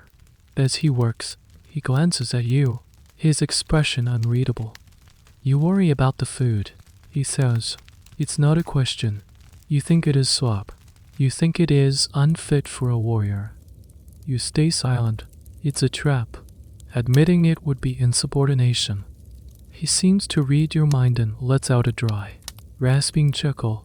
It is slop, but it is effective slop. He finishes tying the bandage and leans back against his table, which is cluttered with jars of powders, dried plants, and surgical-looking implements. You think you know what makes a body strong. You think it is meat and wine. Like the nobles eat, their bodies are weak. Their bones are brittle. They are soft. He picks up a pinch of the gray powder he was grinding. It looks disturbingly similar to the ash in your recovery drink and lets it run through his fingers. You eat the earth, he says, his voice taking on a professorial tone. Barley, beans, the roots. They build strong bones, dense bones. When one of you breaks a leg into you, well, it heals cleaner, faster than a nobleman's would. This is the official medical doctrine of the ludus. The physician Galen, in his writings, made similar observations. He noted that the gladiators' diet, while seemingly poor, made their bodies incredibly resilient.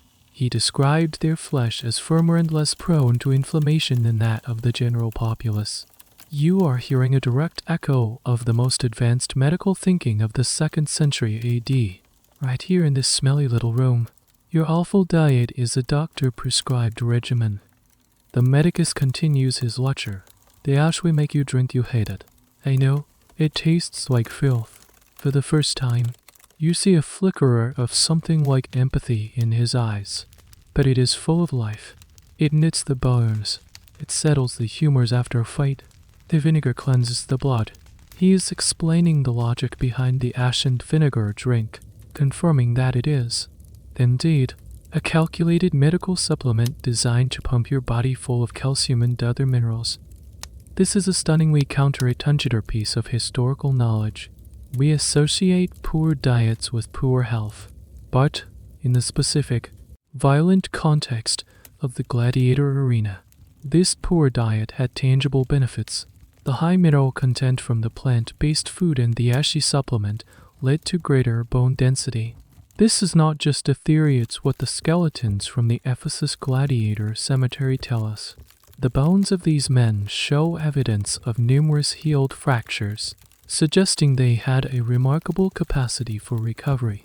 They were human repair kits, constantly being broken and then mending themselves with the help of their strange diet. The medicus then points to a jar filled with a dark, sticky paste. When you get cut, I do not use fancy imported sauce. I use a poultice, boiled barley and herbs. This is another piece of Roman medical trivia. A warm barley poultice was a common treatment fiction and reducing swelling. The very food you resent eating is also your medicine. It is your fuel, your armor, and your first aid kit, all in one mushy, tasteless package. The question still debated by historians is how much of this was proactive sports medicine and how much was simply using the cheapest available materials. Was the barley poultice used because it was genuinely considered the best treatment, or because the law in his day refused to pay for more expensive medical supplies, was the medicus a proto-scientist carefully managing his athlete's nutrition, or just a pragmatic man making do with what he had, looking at the grim, frugal certainty on his face? You suspect the answer is a bit of both. He believes in the efficacy of his cheap remedies, and the law in his day is more than happy to let him. So, the medicus concludes, giving your bandaged wrist a final, firm squeeze. Complain about the food all you want, but it is what keeps you in one piece. Now get out. Don't fall over your own feet again. You leave his room with your head spinning. Your diet hasn't gotten any more pleasant, but your understanding of it has shifted. It is not just arbitrary cruelty or simple economics. It is a system. A strange, unpleasant, but internally consistent system designed for one purpose: to make your body as durable and easy to repair as possible. You are not being fed. You are being maintained. The medicus is not a healer in the traditional sense. He is a mechanic, and your body is his machine. And the fuel he uses, no matter how foul it tastes, is, by his own grim logic, the best he can provide. The understanding that food is a tool of control is reinforced in a much harsher way a few weeks later. A bout of humid, oppressive heat settles over the region, leaving everyone sluggish and irritable. Tempers in the training yard are short. Fights that are supposed to be practice turn serious in a heartbeat, and the trainers have to work twice as hard to maintain order. One afternoon, 2 recruits, both from Britannia, get into a genuine, no holds barred fistfight over a dropped training shield. It's a messy, desperate affair, fueled by heat and frustration. They are quickly pulled apart by the trainers, their faces bloody, their chests heaving. The lawn Este himself happens to be observing from the shaded balcony of his villa. He is not pleased. Discipline is everything in the ludus. It's the invisible wall that keeps dozens of trained, violent men from turning on their handful of guards. Any breach of that discipline must be dealt with swiftly and publicly. The 2 Britons are dragged to the center of the yard. The rest of you are forced to assemble and watch. The punishment is not just a flogging, though that comes first. After the lashes have been delivered, the trainer announces the second part of their sentence. For 3 days, he barks, his voice echoing in the silent yard. They will receive half rations, and no water, only pause. A collective, quiet intake of breath passes through the assembled gladiators. Half rations, in this heat, with this level of physical exertion, that is a brutal sentence. The bland, mushy porridge you all resent is suddenly a precious commodity. The idea of having it cut in half is terrifying. It means constant, gnawing hunger.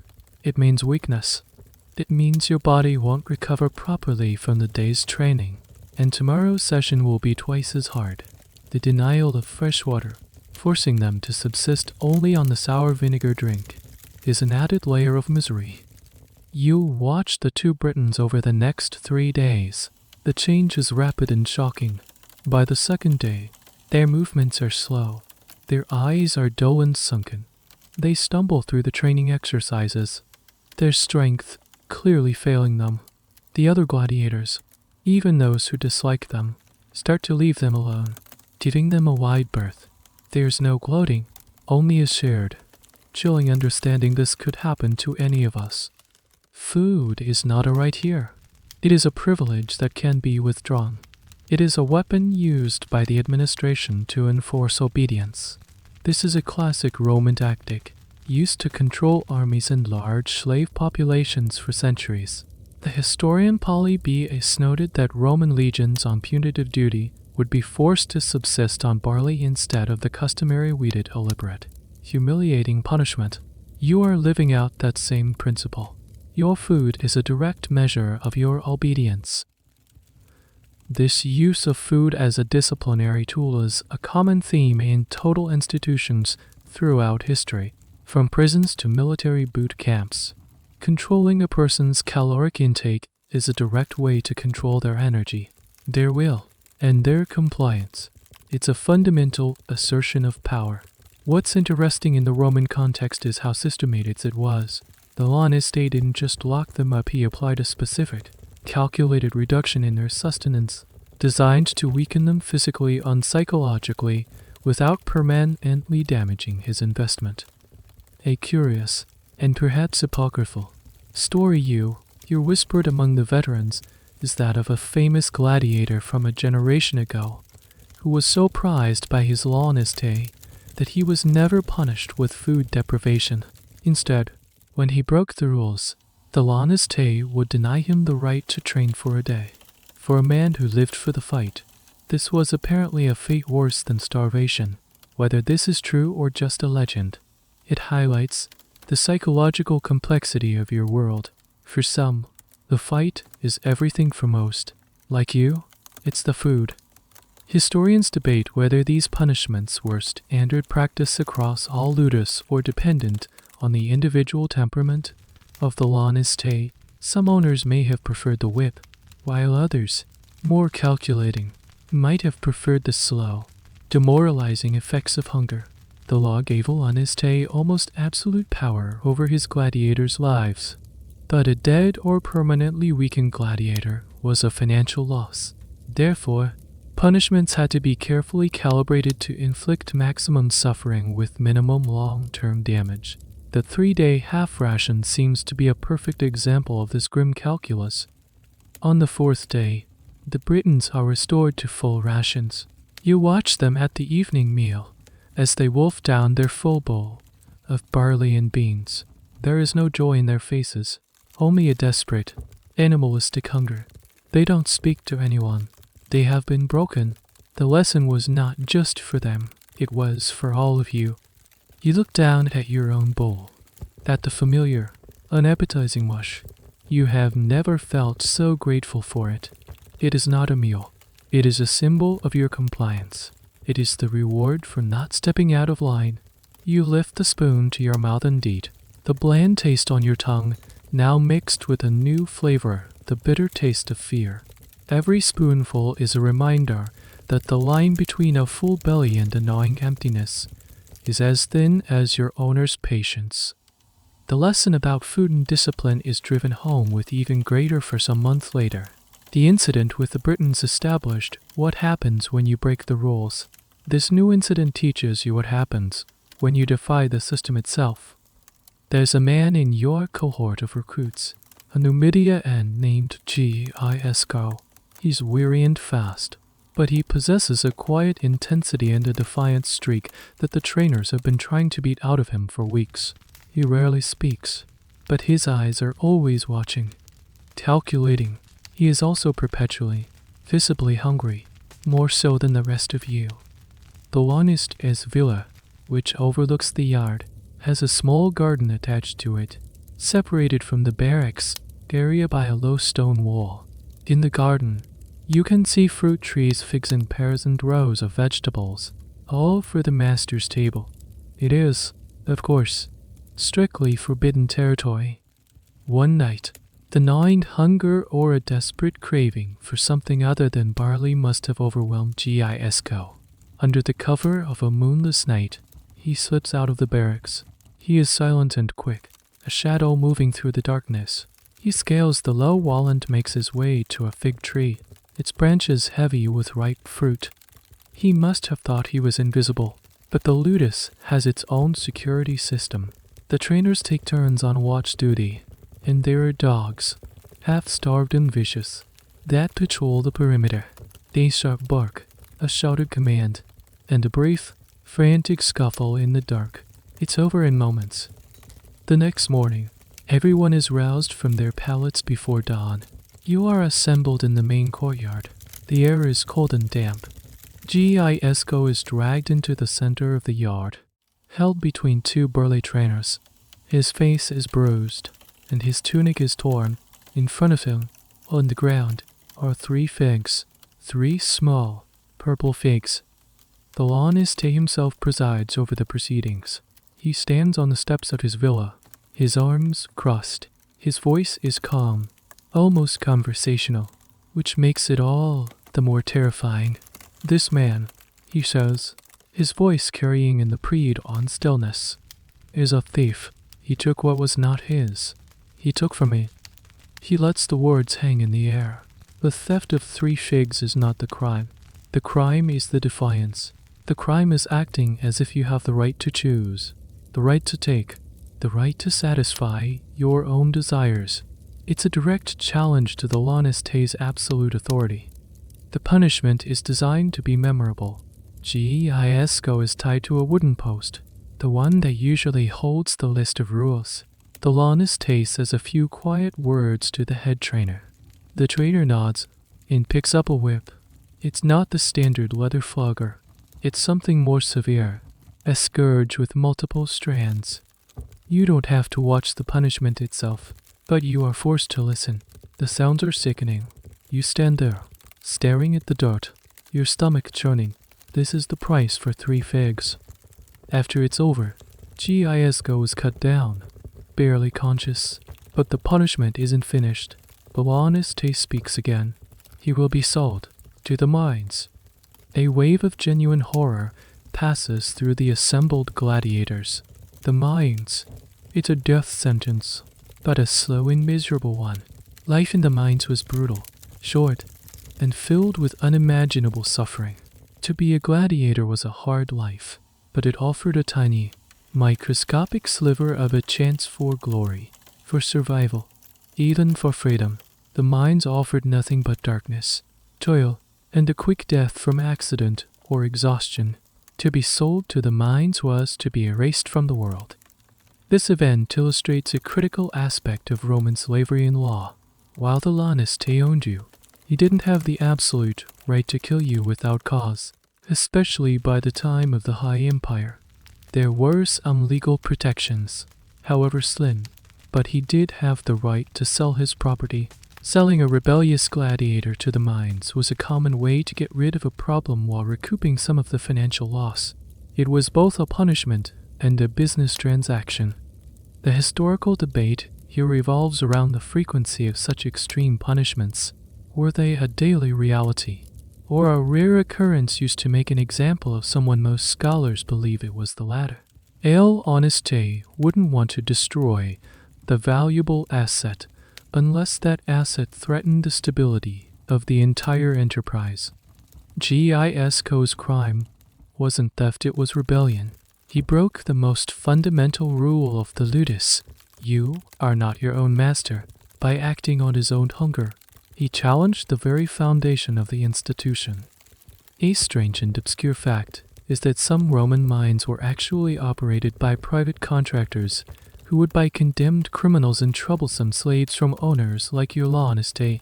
There was an entire economic ecosystem built around the disposal of unwanted human beings. Gisco is about to become a cog in that other, even more terrifying machine. Gisco is dragged away, and you never see him again. That evening, at the meal, the silence is heavy and profound. No one speaks. You stare into your bowl of barley mush. It is, as always, bland and unsatisfying. But tonight, it tastes different. It tastes of submission. It tastes of survival. You understand that this food, this miserable porridge, is the cornerstone of the pact you have made. You will accept what you are given. You will obey the rules. And in return, you get to live. You get to avoid the mines. You lift a spoonful to your mouth. The price of 3 figs is too high to pay. You eat every last bite. After months of relentless training, the day finally comes. The Laniste and his trainers have decided you are ready, not for the Grand Colosseum in Rome, but for a smaller, provincial amphitheater in a nearby town. You and 5 other men from your cohort have been chosen for your first real combat. The announcement sends a jolt of terror and strange, exhilarating excitement through you. This is it, the moment your entire existence here has been building towards. The night before the games, you are told there will be a special meal, the Senolibera, or free dinner. This is a famous tradition, a final feast granted to the gladiators on the eve of their combat. Your mind, conditioned by months of deprivation, immediately leaps to fantasies of roast pork, fresh bread, and jugs of wine.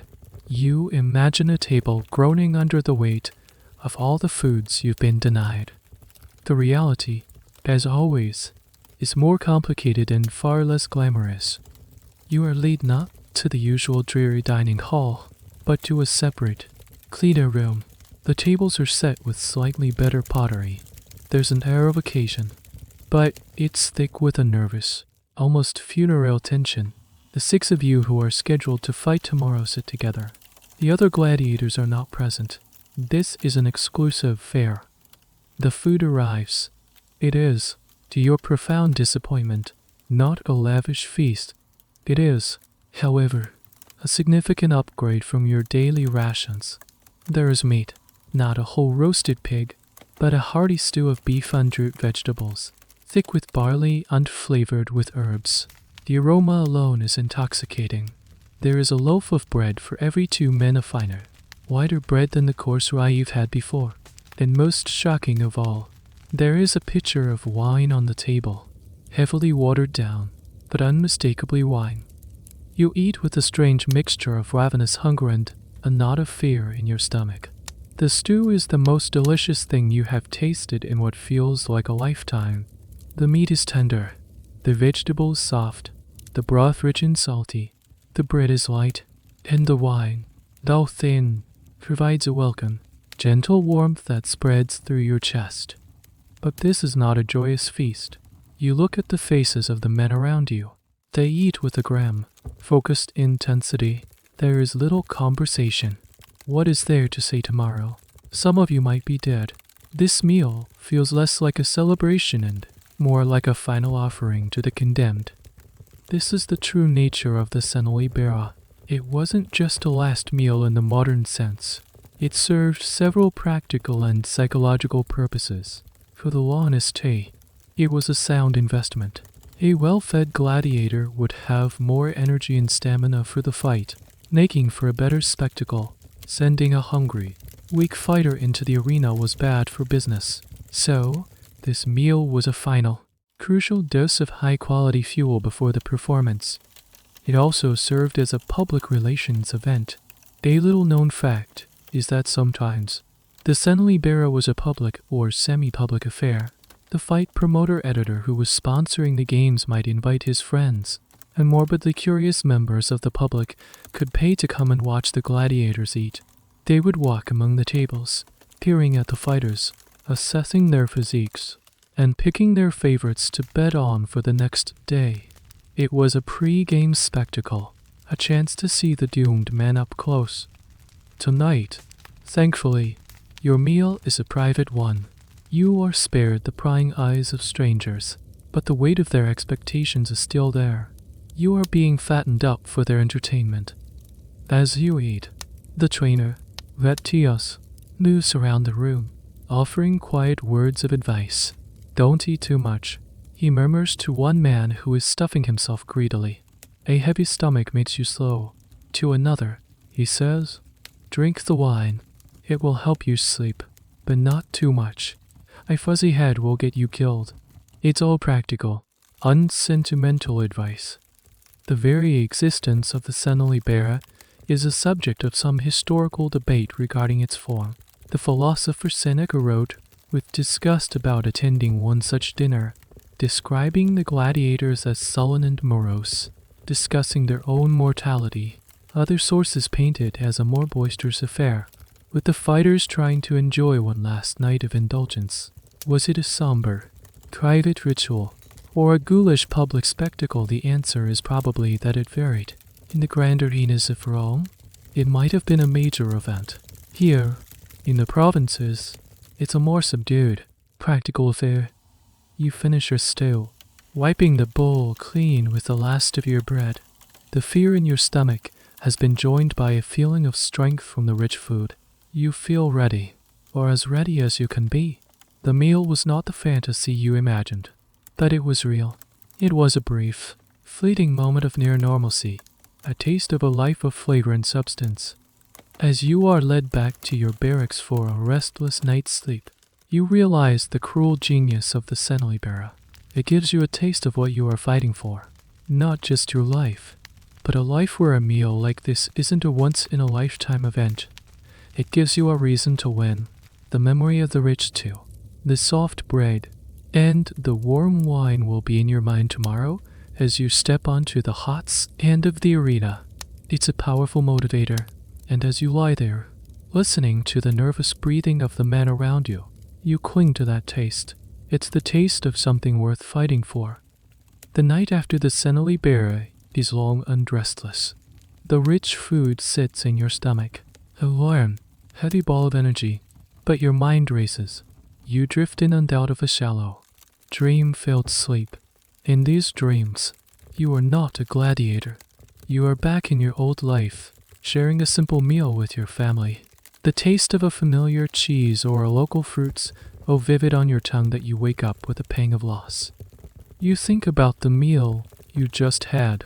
Was it an act of generosity, a calculated investment, or something else entirely? The true nature of the Last Supper is a mystery that even the men living it can't quite solve. You start to piece together the stories you've heard, the whispers and rumors that circulate through the ludus. One of the older veterans, a man who has had more Last Suppers than he can count, once told you that the public nature of the meal is the worst part. He described being in a larger city, where the sandali bear was held in an open courtyard, roped off from a crowd of gawking spectators. He said it was like being an animal in a cage, with people pointing, laughing, and placing bets. They would comment on his muscles, his scars, his chances of survival. They look at you, he had said, his voice low and bitter, but they don't see a man. They see a horse they might bet on. They see a piece of meat. This account aligns with the writings of Seneca, who viewed the whole spectacle with philosophical contempt. For him, the event was a symptom of a morally sick society, one that derived pleasure from the imminent death of others. The crowd wasn't there to honor the fighters, but to get a morbid thrill, to feel the frisson of being close to death without being in danger themselves. But then you recall a different story, told by another gladiator. He spoke of a sandali bear where the editor, the wealthy sponsor of the games, personally attended the dinner. This editor was a former military commander, and he treated the gladiators not as slaves, but as soldiers heading into battle. He walked among them, giving them words of encouragement, promising rich rewards for bravery and a proper burial for the fallen. In his version, the meal was a solemn, almost sacred affair, a final moment of communion between the patron and his warriors. It was a gesture of respect. Which version is true, the ghoulish public spectacle or the honorable last? Right, this is the heart of the historical mystery surrounding the sandali bear. There was no single, universal tradition. Its character likely depended heavily on the attitude of the editor, the local customs of the town or city. Was the sponsor a vulgar showman looking to milk every drop of sensationalism from his investment, or was he a man of old-fashioned Roman virtues who saw honor in the bloody business of the arena? A fascinating and somewhat strange piece of trivia is that some gladiators used the public sandali bear as an opportunity to settle their affairs. If they had any meager possessions, they might give them away to friends. Some would dictate last messages to be passed on to loved ones, should they have any. It was a formal, public moment to face mortality. This suggests that for some, the event wasn't just a meal, but a crucial social and legal ritual, the last chance to exert some small measure of control over their lives before handing their fate over to the gods in the crowd. The debate among historians reflects this ambiguity. Some scholars focus on the exploitative aspects, seeing the public meal as the ultimate objectification of the gladiator.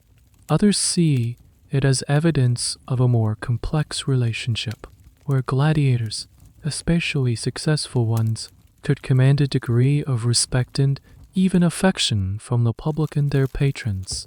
The truth is probably that both realities existed, sometimes even in the same event. A spectator might feel a genuine sense of awe for a famous champion while simultaneously placing a cold-blooded bet on his death. You lie on your pallet in the darkness, thinking about your own Last Supper. It was private, quiet, and professional. There was no jeering crowd and no honorable patron. It was simply a tool of the Laniste, a way to fuel his fighters and give them a psychological edge. It was, like everything else in your life, ruthlessly practical. You wonder what the meal will be like if you survive tomorrow. If you win, will you be granted another feast, or will it be straight back to barley and beans? The taste of the stew just a fleeting memory designed to make the daily gruel seem even more unbearable. You suspect it will be the latter. The system is not designed to reward you with comfort, only to prepare you for the next performance. The first hints of dawn begin to filter into the barracks. The time for thinking is over. You push the mysteries of the Senoli barrow from your mind. It doesn't matter what it was. All that matters now is the fight to come. You get up, your body feeling strong, your mind clear. The meal has done its job. You are ready. The world outside the arena gates is a wall of sound. The roar of the crowd is a physical force, a wave of noise that washes over you and seems to vibrate in your bones. You stand in the dim, cool tunnel leading to the sun-blasted sand, the smell of dust, sweat, and nervous animals thick in the air. Your heart hammers against your ribs, a frantic drumbeat against the roar of the mob. The fight itself is a blur of desperate, violent motion. It's nothing like the controlled environment of the training yard. It's chaos. It's adrenaline and fear. You move on instinct. The months of repetitive training taking over your body. You parry. You thrust. You dodge. You get a shallow cut on your arm. A searing line of pain that you barely register. Your opponent, a man you've never seen before, is strong and fast, but you are relentless. In the end, he makes a mistake. He overextends, leaving himself open for a fraction of a second. You don't hesitate. You lunge. It's over. The crowd is on its feet. A thunderous ovation that is both terrifying and exhilarating. The editor gives a signal. Your opponent is to be spared. He is led away, bleeding undefeated. You stand alone in the center of the arena, chest heaving, your arm dripping blood onto the hot sand. You have won. You have survived. The walk back to the holding area is surreal. The adrenaline begins to fade, and pain starts to set in. Your arm throbs, your muscles tremble with exhaustion, and a deep, bone-deep weariness takes hold. You are met by the Lannister's men, who herd you and the other survivors back to the carts for the journey back to the ludus. There is no celebration. There are no congratulations. There is only the grim, professional business of dealing with the aftermath. When you arrive back at the school, you are not taken to the dining hall. You are taken directly to the infirmary. The medicus is waiting. His small room is a scene of organized chaos. Wounded men sit or lie on benches, groaning. The air is thick with the smell of blood, vinegar, and fear. The medicus moves between them with a grim efficiency, cleaning wounds, stitching cuts, and setting broken bones. When it's your turn, he examines the cut on your arm. Clean, he grunts, which is high praise from him.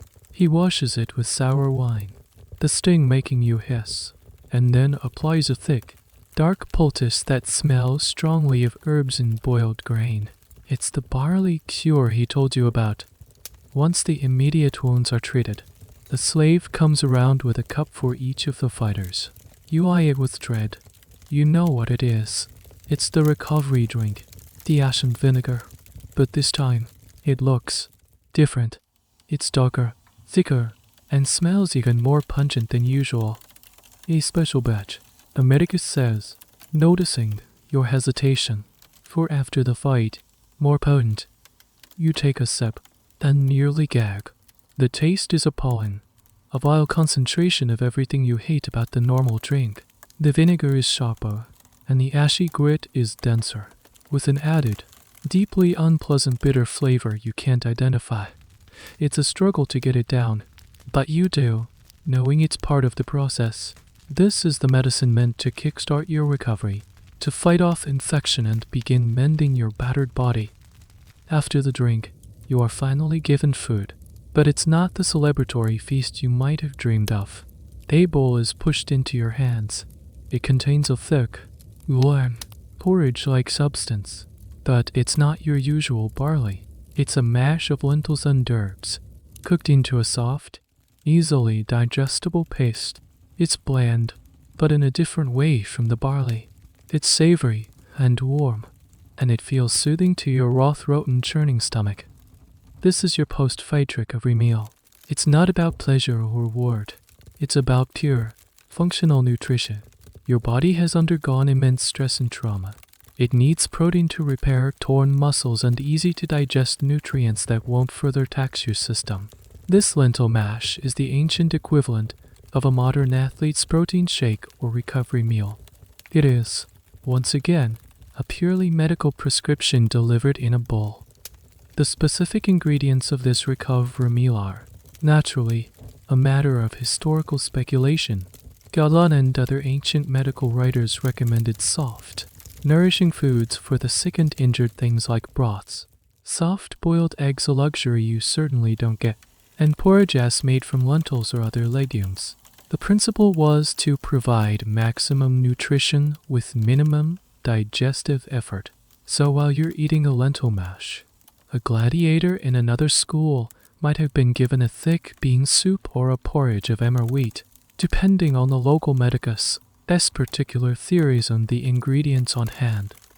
A strange bit of trivia is the Roman belief in certain foods for specific ailments. Pliny the Elder recommended lentils for treating dysentery, while Celsus suggested they could help with ulcers. The herbs mixed into your mash are probably not for flavor, but for their perceived medicinal properties: fennel to ease digestion, or thyme as an antiseptic. You are eating a carefully crafted prescription of folk medicine. You finish the bowl, the warm paste settling in your stomach. It doesn't fill you with joy, but it fills you with a sense of repair. You can almost feel the nutrients going to work, the slow process of healing beginning. You are exhausted, in pain, but you are alive, and you are being rebuilt. As you are finally dismissed to your barracks to collapse onto your pallet, you understand the gladiator's life is a cycle. It's not just train fight, it's train fight repair, and the food is the key component of every stage. The barley builds you up, the pre-fight feast fuels you, and this post-fight mush puts you back together again. It's a grim, tasteless, but brutally effective system, and you have just survived one full rotation.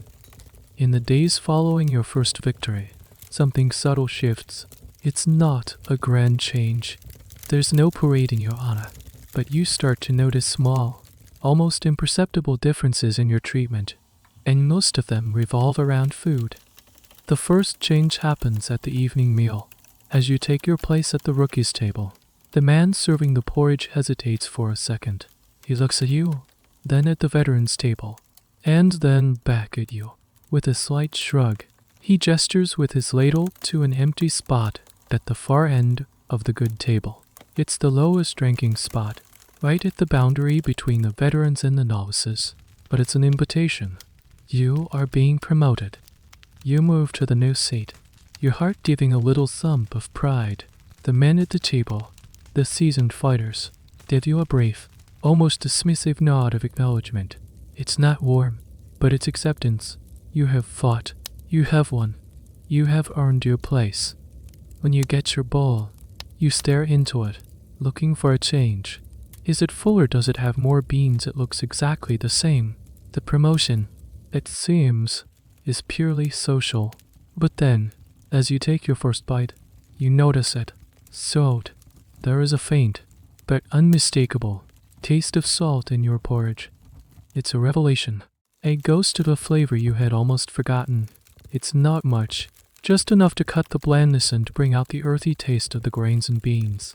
It transforms the meal from a simple chore into something that is, for the first time, vaguely savory. You look around at the other veterans. They eat without comment, long accustomed to this small privilege. This is the taste of success. A few grains of salt. This is the genius of the Lannis taste system.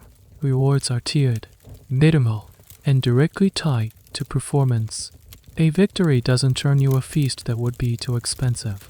It earns you a marginal improvement, a taste of a better life that is just enough to make you hungry for more. A pinch of salt, a better seat. These are cheap incentives.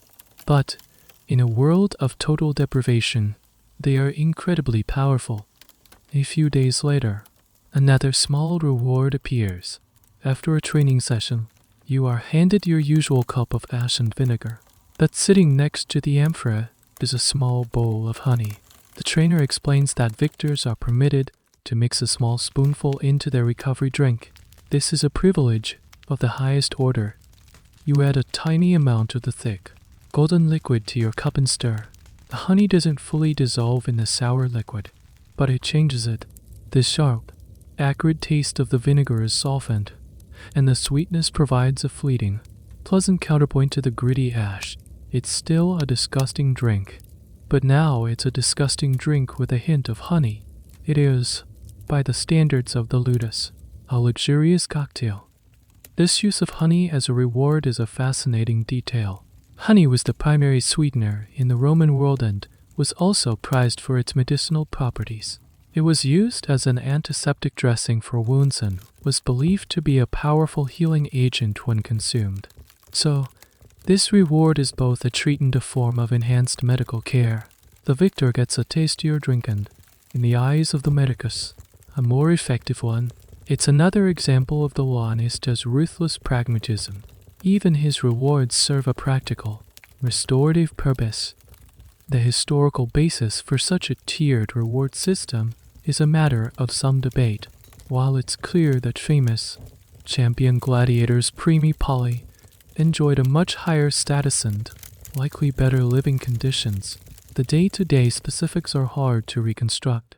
Did a single victory really earn you a literal pinch of salt, or is this an oversimplification? Historians speculate that rewards were probably less formalized and more at the discretion of the Lanista trainer. Perhaps a promising new victor would be given a slightly better piece of equipment, or spared from a particularly unpleasant work detail. The salted porridge might be a metaphor for a whole range of small, incremental benefits that came with success. You find that your new status brings other, non-culinary benefits. You are given a better quality training sword. You are no longer assigned to the most menial chores, like cleaning the latrines. But it's the food that matters most. The food is the most immediate, tangible measure of your worth. You begin to watch the top gladiators, the true champions of the school, with a new understanding. You see them receiving their bowls, and you notice the small extras they are given without comment. A piece of cheese, an egg, on very rare occasions, a small chunk of boiled meat in their stew. These are the top prizes in your world. They are the edible symbols of the highest rank. The system is now perfectly clear to you. It's a ladder. Every rung you climb offers a slightly better taste, a slightly more palatable existence. The bland gruel of the novice is the baseline. The salt is the first step up. The honey is the next. The cheese and eggs are the summit. The Lanista has created a world where men will risk death and dismemberment for the promise of an egg. You finish your salted porridge. The taste still a minor miracle on your tongue. You are no longer at the bottom, but you are very, very far from the top. And for the first time, you feel a flicker of something beyond the simple desire to survive. You feel ambition. You want to know what that cheese tastes like. Your victory has elevated you, but it has also made you more observant. You now watch the school's Primus Palace, the silent goal, with a different kind of curiosity. He is the undisputed champion of your ludus, a man who has survived dozens of fights. His name, Crixus, is sometimes chanted by the crowds. He is a star, at least in this small provincial world, and you wonder, does his fame translate into a better life? Does his celebrity status pierce the frugal armor of the Lanista's budget? You watch him in the dining hall. He sits at the head of the table, a position of honor. He is always served first. His bowl, you now confirm, is indeed consistently fuller than everyone else's. And as you've noticed, his meals are different. While you are celebrating the recent addition of salt to your porridge, CRX's bowl often contains things you can only dream of. You see him eating a hard-boiled egg, cracking the shell with his thumb and eating it into bites. You see him with a hunk of dark, crumbly cheese next to his bread on days when a stew is served. His is thick with chunks of meat and vegetables, while yours is mostly broth and barley. This is the tangible benefit of fame. CRX's is the honest as prize asset, his most reliable moneymaker. It is simply good business to keep him happy and in peak condition. The extra protein from the eggs and meat, the calcium from the cheese, these are not just rewards. They are strategic investments in maintaining the performance of a star athlete. But you also notice the limits of his privilege. He doesn't drink fine wine, only the same watered-down stuff as the other victors, perhaps with a bit more wine and a bit less water. He doesn't feast on roast peacock or lark's tongues. His diet is still fundamentally a gladiator's diet, functional, restorative, and built on a base of grains. It's just the premium version. He's not eating the food of the honest, he's eating the best possible version of the food of the enslaved. The life of a star gladiator is one of the most fascinating paradoxes of the Roman world. These men were slaves, legally classified as infamia disgraced, on par with actors and prostitutes, yet they could achieve immense fame, adoration, and even wealth. Graffiti from Pompeii praises gladiators by name, celebrating their victories. Some famous fighters earned enough prize money to eventually buy their freedom. They were simultaneously social outcasts and pop culture heroes. A strange bit of trivia that highlights this paradox is the phenomenon of gladiator merchandise. Oil lamps were sometimes decorated with images of famous gladiators. Pottery and mosaics depicted their most glorious fights. Children played with gladiator action figures made of clay. It's even been suggested that the sweat of a famous gladiator, scraped from his skin after a fight, was collected and sold in tiny vials as a luxury cosmetic. Believed to be an aphrodisiac for wealthy women, CRX's is not just a fighter, he is a brand. Does this fame bring him joy? It's impossible to tell. You observe him outside the dining hall. He trains with a silent, focused intensity, a model of professionalism. He rarely speaks to the other men, not out of arrogance, but from a deep, wary reserve. He carries himself with a certain dignity, but his eyes hold a profound sadness. He is separate from you, not just by rank, but by experience. The weight of his many victories seems to be a heavy burden. The question of a star gladiator's diet is a source of ongoing academic discussion. While it's logical to assume they ate better, the evidence is scarce. The Ephesus cemetery, for example, contains the bones of many gladiators, but it's impossible to distinguish the rookies from the champions. Were they all buried together, suggesting their fundamental status as slaves was the same in death, or were champions given more prominent burials that simply haven't been discovered yet? It's a mystery that archaeology has yet to fully solve. One day, you see something that puts CRX's status into sharp perspective. A wealthy-looking man, clearly a friend of the Laniste, is visiting the school. He and the Laniste are watching CRX train. The visitor is holding a small, sweet-smelling pastry, a delicacy from the city. He takes a bite, then, on a whim, he calls out to CRX and tosses the rest of the pastry to him, the way one might toss a scrap to a dog. CRX stops his training. He looks at the pastry lying in the dust. He looks at the two wealthy men, who are smiling, amused by the gesture. For a long moment, CRX doesn't move. You see a flicker of something in his eyes, a deep, cold anger. Then, just as quickly, it's gone. His face becomes a blank mask. He slowly bends down, picks up the pastry, and eats it. He doesn't thank the man. He simply turns and resumes his training, striking the wooden post with a renewed, terrifying violence. In that moment, you understand everything. Fame can get you an extra egg. It can get your face on an oil lamp. It can even make you a household name. But It doesn't change what you are. You are still property. You are still at the mercy of your owner and his wealthy friends. You can be the most famous gladiator in the province, but you are still expected to eat a pastry out of the dirt. The food, no matter how much it improves, is still just a slightly more gilded chain.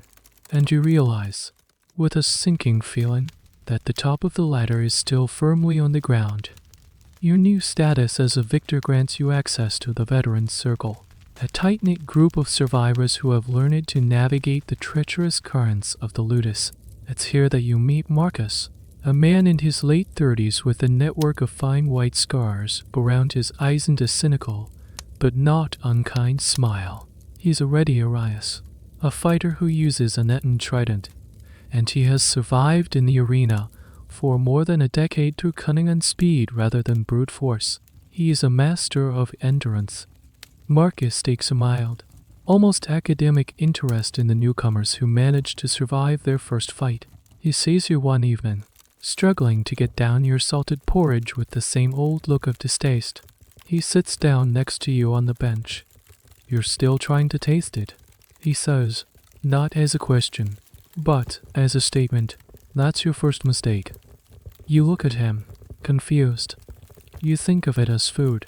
He continues, expertly scraping his own bowl clean. It's not.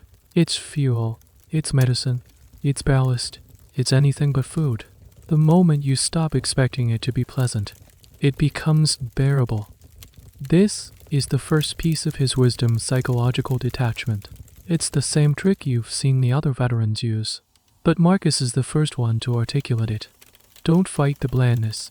Accept it. Surrender to it. It's a strangely philosophical approach to a bowl of mush.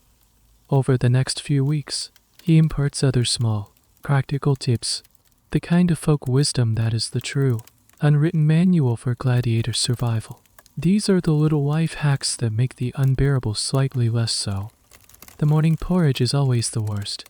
He tells you one day, it's been sitting all night. It's cold and clumpy. His trick is to save a small portion of his pas, say the sour vinegar water from the night before. He pours a little into the morning gruel. It loosens it up, he explains. And the soreness, well, it's better than nothing. You try it the next day. He's right. The cold, gluey mass becomes a slightly more palatable, sour, lumpy soup. It's a marginal improvement, but in this world, marginal improvements are everything. Another piece of his advice concerns the surprises. When a piece of coarse bread is served, the rookies tend to devour it first, a desperate grab for flavor. A mistake, Marcus says with a shake of his head. You save the bread for last. You use it to wipe the bowl clean. That way, the last taste in your mouth is bread, not paste. It makes a difference to your spirit. He's teaching you how to curate your own meager experience, to engineer a slightly better ending to a miserable meal. This kind of food hack is a universal human behavior in places of food scarcity and monotony. Prisoners, soldiers, and boarding school students throughout history have developed similar tricks, saving a piece of fruit, combining different foods to create new textures, or using a condiment in a specific way to maximize its impact. It's a small act of rebellion, a way of asserting individual control over a system designed to strip you of it. A particularly clever, and slightly risky, piece of wisdom involves herbs. Marcus shows you a small, hardy-looking plant with fragrant leaves growing in a crack in the courtyard wall. Marjoram, he whispers, crushing a leaf between his fingers. The scent is warm and peppery. The cooks use it sometimes, and the seeds get scattered. If you can get a few leaves without the trainer seeing, it changes everything. He explains you can crush them and sprinkle them into your food when no one is looking. It's a dangerous game if caught. You could be punished for taking something not given to you. But the promise of a fresh, herbaceous flavor is a powerful temptation. Historians often wonder about this kind of foraging. The grounds of ludus were not sterile environments. Edible weeds, herbs, and snails would have existed. Did gladiators supplement their diet this way? It's almost impossible to prove archaeologically, but it's highly likely. These small, Secret additions would have provided not just flavor, but also trace nutrients missing from the main diet.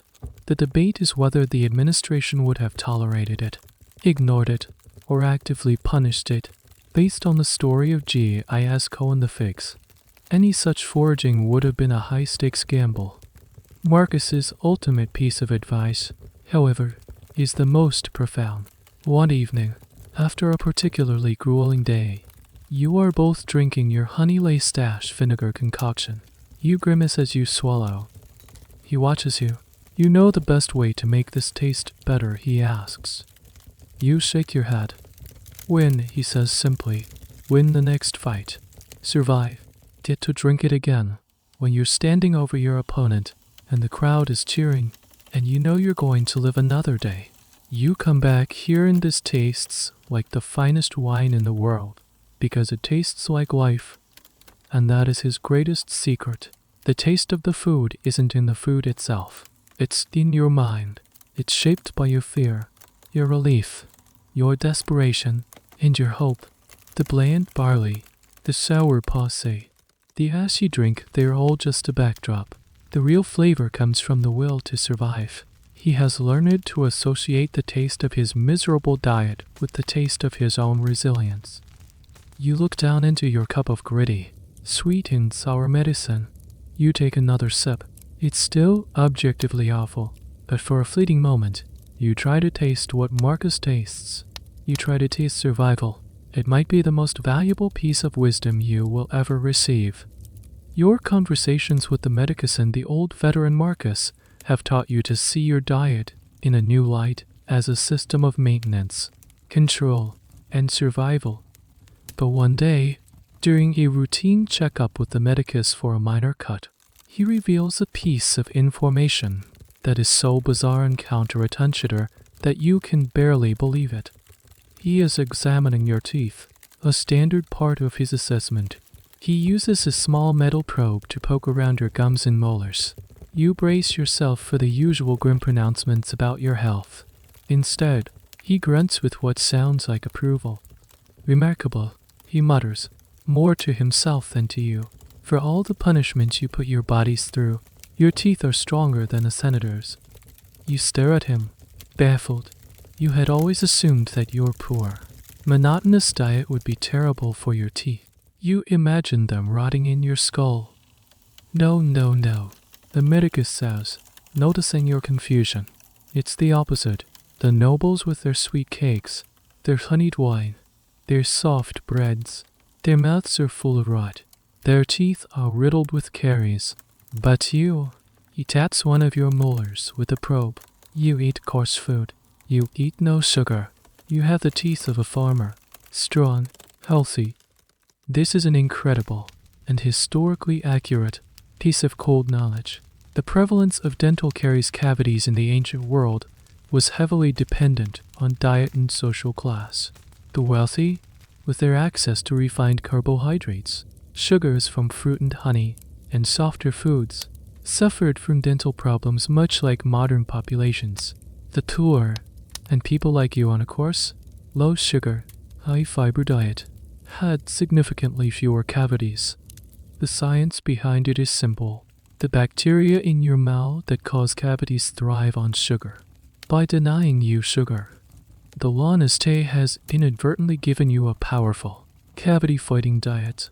Furthermore, the coarse, gritty nature of your food, the rough barley, the fibrous beans, the accidental bits of stone from the grinding mill acted as a natural abrasive, scrubbing your teeth clean with every meal. You are, in effect, brushing your teeth with every bowl of porridge you eat. This fact is well supported by skeletal evidence. Studies of Roman skeletons from different social strata consistently show that the wealthy had worse teeth than the poor. The skulls of aristocrats often feature evidence of multiple cavities, abscesses, and tooth loss, while the skulls of common laborers show much healthier dentition, albeit with significant wear and tear from chewing tough foods. The gladiators from the Ephesus cemetery fit this pattern, showing low rates of cavities but heavy wear on their molars. The medicus goes on to explain another benefit. Your jaw is strong, he says. gripping your chin. All that chewing on stale bread and tough grains. It builds the bone. A nobleman gets hit in the face. His jaw shatters. You get hit. You might lose a tooth. That the bone holds. It's all part of the design. The idea that your diet is intentionally designed to strengthen your jaw seems like a stretch, even for the calculating honeste. This is likely one of those happy accidents that historians love to debate. Was the dental health of gladiators an intended consequence of a carefully planned regimen, or was it simply a fortunate byproduct of the cheapest possible diet, the medicus, who sees everything as part of a grand medical system, would argue for the former? A modern historian would likely argue for the latter. The honeste wasn't thinking about your cavities, he was thinking about his budget. The fact that his cheapness also made your teeth healthier was just a lucky bonus. This new knowledge changes your perception of your own body. You have come to see it as a machine that is constantly breaking down, in need of repair. But in this one specific way, your body is thriving. It's a small, strange point of pride. You might be a slave. You might be fed worse than a peasant's bake, but you have excellent teeth. You start to notice the teeth of the other man. The veterans, like Marcus, have teeth that are worn down, some of them chipped, but they are all there. Then you think of the honeste. You've seen him smile. His teeth are yellowish, and you've seen him wince when drinking cold water. You, the Barley Man, the bottom of this social ladder, have better dental health than your master. It's a tiny, secret victory in the class war being waged in your body. That evening, as you chew on a particularly hard piece of stale bread, you no longer see it as a hardship. You see it as a dental treatment. You are scouring your enamel, strengthening your jaw. The discomfort is productive. It's a strange and empowering thought. The life of a gladiator is a tapestry of contradictions. You are simultaneously powerful and powerless, revered and reviled, strong and broken. And now you know you are also both poorly fed and in possession of a surprisingly healthy smile. It's one more layer of absurdity in a life that has become defined by it. You run your tongue over your strong, cavity-free teeth. In a world of pain and deprivation, you have to hold on to the victories you can get, no matter how small or strange they may be. The dream of freedom is a dangerous thing. It's a flicker of light in a dark room, and if you stare at it for too long, it can blind you to the reality of your situation. Most of the men in the ludus have learned to suppress it. They focus on the next meal, the next training session, the next fight. Survival is the only goal. But for you, the dream persists, a quiet, stubborn ember that refuses to die. And the dream, you discover, has a taste. It's not the blandness of barley or the soreness of passe. It's a rich, complex tapestry of flavors you can barely remember. A ghost banquet you attend in your sleep. Some nights, you dream of the food of your childhood. You are sitting at a rough wooden table in a small, smoky hut. A woman your mother is placing a round of warm, fresh goat cheese on the table.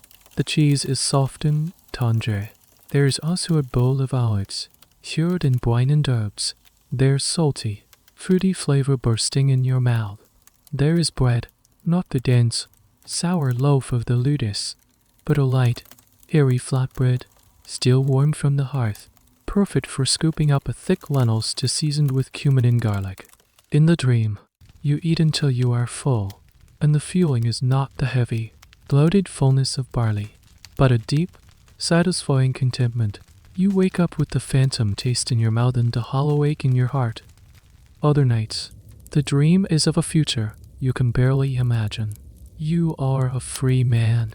You have earned your ludus, the wooden sword that symbolizes your discharge from service. You are sitting in a city tavern, the pabine. The air is noisy and cheerful, filled with the clatter of plates and the laughter of ordinary people. You have a few coins in your purse, and you are spending them on yourself. You order a plate of food, and it's a fantasy of simple luxuries. There are small, spicy sausages, sizzling hot from the grill. There is a dish of baked fish, flaky and white, drizzled with golden olive oil and lemon. There is a bowl of fresh figs, their purple skins glistening, and a cup of real, unwatered wine, dark and sweet. And the dream, you eat slowly, you savor every bite. You are not eating for survival, or for fuel, or for medical necessity. You are eating for pleasure. The very concept feels alien, a forgotten language. These dreams are your secret escape, but they are also a form of self-torture. During the day, you see the world through the lens of your fantasy menu. You watch a cart go by, loaded with melons for the city market, and you can almost taste their cool, watery sweetness. You see a flight of pigeons, and you think of the squab pies you've heard wealthy people eat. This yearning for specific foods as a symbol of freedom is a powerful human motivator. Throughout history, people in captivity have fixated on the meals they will eat when they are free. It's a way of making freedom tangible, of giving it a sensory reality. Freedom isn't an abstract concept, it's the right to choose what you put on your plate. It's the right to taste salt, sugar, and spice without having to earn it with your blood. The possibility of freedom for a gladiator was real, but remote. A fighter who survived for many years and showed consistent bravery and skill could be awarded the ludus. He would become a Hordearii, a freedman. Some of these men retired completely, trying to live quiet lives. Others, ironically, stayed in the business, becoming trainers like the doctor at your school. A very few famous Hordearii even returned to the arena as celebrity fighters, commanding huge fees. This is a topic of much historical debate. Why would a man who had won his freedom choose to risk his life again? Was it for the money, the fame, or was it because the violent life of the arena was the only one he knew? Perhaps. After years of fighting, the taste of a peaceful life was blander than the taste of survival. A strange and poignant piece of trivia is that we have the tombstones of some of these freed gladiators. They often list their fights, their victories, and their specialty. One famous epitaph for a freedman named Flamme records that he was awarded the ludus 4 times, but refused it each time, choosing to remain a gladiator. He fought 4 times, won 21, and was granted a reprieve 9 times. He chose to die in the arena. His motivations are a mystery that historians can only guess at. But your dream is not as complicated as Flamme's. Your dream is simple. It is the dream of the tavern, of the sausage and the fish and the wine. It is the dream of being an anonymous man, enjoying an ordinary meal. You know that clinging to this dream is a risk. It can make the daily reality of the porridge and the pain even harder to bear. The veteran Marcus, with his cynical wisdom, would tell you to forget it, to focus on the here and now, but you can't. That dream is what keeps you going. It's what gives you the strength to get up after being knocked down in the training yard. It's what you think of when you are forcing down another mouthful of tasteless paste. You are not just eating for survival. You are eating to get one step closer to that plate of sausages. The taste of freedom is the most powerful seasoning of all. The years start to pass. It's a strange thing to measure time in a place that is so timelessly monotonous. You don't mark the seasons by the turning of the leaves, but by the subtle changes and the surprises in your food, radishes in the spring, a few grapes in the autumn. You don't count the years with birthdays, but with the accumulation of scars on your body and the number of new faces that appear at the rookies' table. Their expressions of fear and disgust a mirror of your own so long ago. You are a veteran now. You are no longer just a victor, you are a survivor. You have your own seat at the veterans' table, not at the head like Sir Ixus, but comfortably in the middle. Your porridge is always salted. You get your spoonful of honey in your recovery drink without having to be told. Occasionally, you are rewarded with an egg or a piece of cheese. You have become Marcus. You are the one offering cynical advice to the promising new fighters who survived their first match. You fought in a dozen different arenas. You faced men of all shapes and sizes, with all manner of weapons. You have won more than you have lost. You have earned the lawn is a significant amount of money. You are a reliable asset, a seasoned professional, but you are still a slave. With your veteran status comes a new perspective on the end of this life. You start to think about what happens after. What does a retired gladiator eat? You've seen a few men earn their rudies. One was a Thracian named Drusus, a quiet, powerful man you had fought alongside once. On the day he was freed, there was a small, formal ceremony in the courtyard. The lawn estate presented him with a wooden sword. Drusus held it, looked at it for a long moment, and then walked out of the gates without a word or a backward glance. You never saw him again. You wonder about him. Did he go to that tavern you always dream of? Did he order a plate of roasted meat and a cup of good wine? Or did he find that the food of the free world was too rich, too strange for a stomach accustomed to years of barley gruel? Perhaps he sought out a simple meal of bread and bean soup, the closest he could get to the familiar taste of his old life. The fate of retired gladiators is one of the great what-ifs of Roman history. They walked out of the ludus gates and, for the most part, disappeared from the historical record. We know some became trainers. They feel, like the legendary Flamme, went back to fighting. But what about the ones who just wanted to be ordinary men? A fascinating piece of trivia is that some retired gladiators opened businesses. Their fame could be a powerful marketing tool. Imagine buying your bread from a baker who was once a famous champion in the arena. They might have run taverns or worked as bodyguards for wealthy patrons, their skills still having value in the violent world of Roman cities. Their diet would have been dictated by their success. A prosperous ex-gladiator might have eaten as well as any successful merchant. A struggling one might have found that the food of the free poor was not much better than the food he ate as a slave. This leads to a debate among historians. Was a gladiator's life a dead end? Or could it be a path to upward social mobility for the vast majority? It was a death sentence, but for the tiny, lucky minority who survived to be freed, it could offer a chance at a new life. Their past as an infamies, a disgraced person, would have always clung to them, but money and fame could wash away many sins in Roman society. They could never become senators, but they could become comfortable, respected members of their local community.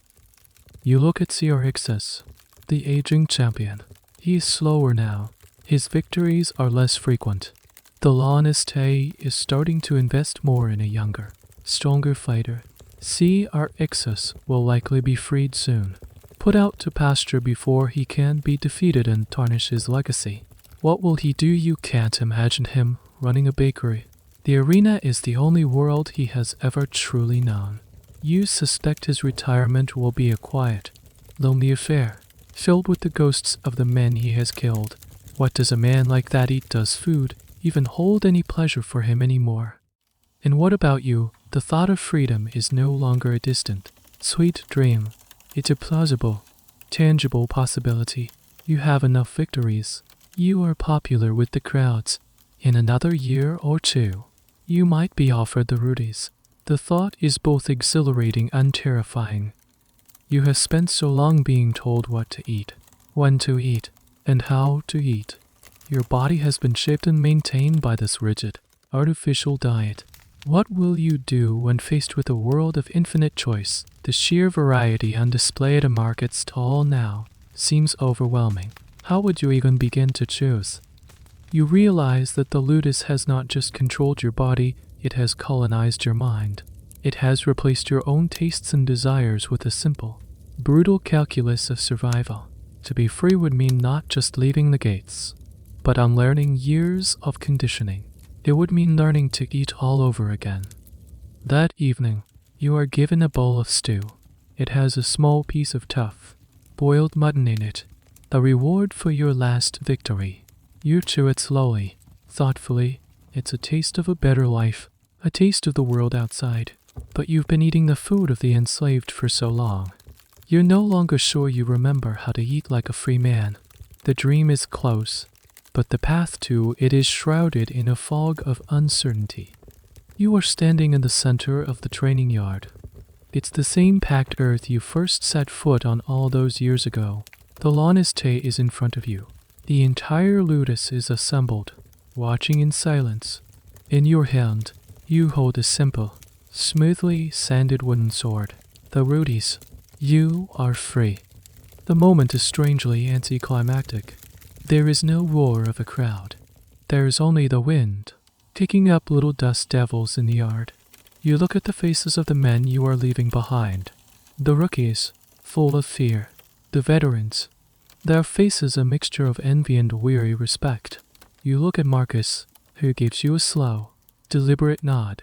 You look at CRX's, who stands with his arms crossed, his expression unreadable. You have said your goodbyes. You have no possessions to pack. There is nothing left to do but walk away. You turn your back on the barracks, on the dining hall, on the infirmary, on the whole miserable, familiar world. You walk towards the main gate, the same gate that clanged shut behind you like a cough and lid on your first day. This time, its wings open for you. You step through it, and it closes behind you, the sound just as final as it was before, but with a different meaning.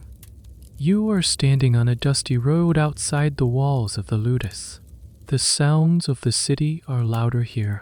The smells are different, a mix of wood smoke, livestock, and baking bread. You are free. And you are hungry.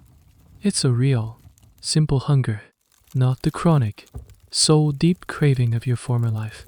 It's the hunger of a man who has a choice. You have a small purse of coins, your accumulated prize money, a respectable sum that will allow you to start a new life.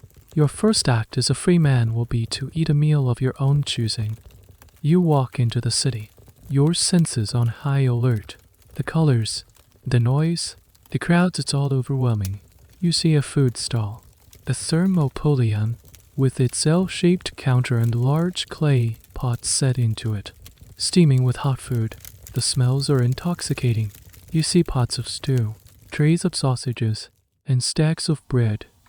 You step up to the counter. The owner, a bustling, sweaty man, looks at you. He sees your scars, the way you carry yourself. He knows what you are, an ex-gladiator. He eyes you with a mixture of fear and curiosity. What'll it be, he asks. You look at the choices. The fantasy menu you've constructed in your head for years is suddenly real. You could have anything. The sausages, the stew, the bread. For a moment, you are paralyzed. Freedom is a heavy burden. Then, you see it. In a small bowl on the counter, there is a simple dish. A porridge of cooked lentils, seasoned with herbs. It's almost identical to the recovery meal the medicus would give you after a fight. It's food for the sick, for the recovering. You point to it. That, you say. Your voice sounds strange in the open air. The owner looks at you, surprised that that's peasant food. A man like you should have the sausage on the house for a champion. You shake your head. Just that, you insist. He shrugs and ladles a portion into a wooden bowl. You pay him, take the bowl, and find a seat on a nearby bench. You take a bite. It's warm, savory, and soft. It's the taste of being repaired, the taste of healing. It is not the taste of glorious freedom you dreamed of. It is the taste of quiet recovery. And you finally understand the legacy of your diet. The years of bland, functional food have done more than just build your body. They have reshaped your soul. You are not the person you were before you entered the ludus. You cannot simply pick up where you left off. The barley and beans, the ash and vinegar, they are a part of you now. They are the foundation of the man who survived. This is the ultimate, and perhaps most subtle, finding from the study of gladiator diets. It wasn't just about calories and minerals. It was a form of institutional conditioning that left a permanent mark. Historians can analyze the bones and debate the ingredients, but they can only guess at the psychological impact of such a regimen. What did it feel like to have your very sense of taste dictated by your enslavement, and what happened when that control was suddenly removed? The answer is here. In your bowl of lentil porridge, You chose the familiar. You chose the taste of survival because you don't yet know what freedom tastes like. You finish the meal. Your stomach is full. You feel calm. The road ahead is long. You will have to learn, step by step, how to be a free man. You will have to learn how to choose, how to enjoy, how to live without the constant threat of death. And perhaps, one day, you will walk up to a food stall and you will order the sausages, or the fish, or the sweet cake. You will learn to eat for pleasure again. But for now, this is enough. You have survived the life of a barley man. You have endured. And as you get up from the bench and walk into the bustling heart of the city, you carry the ghost of that bland, life-sustaining diet with you. It is no longer a punishment.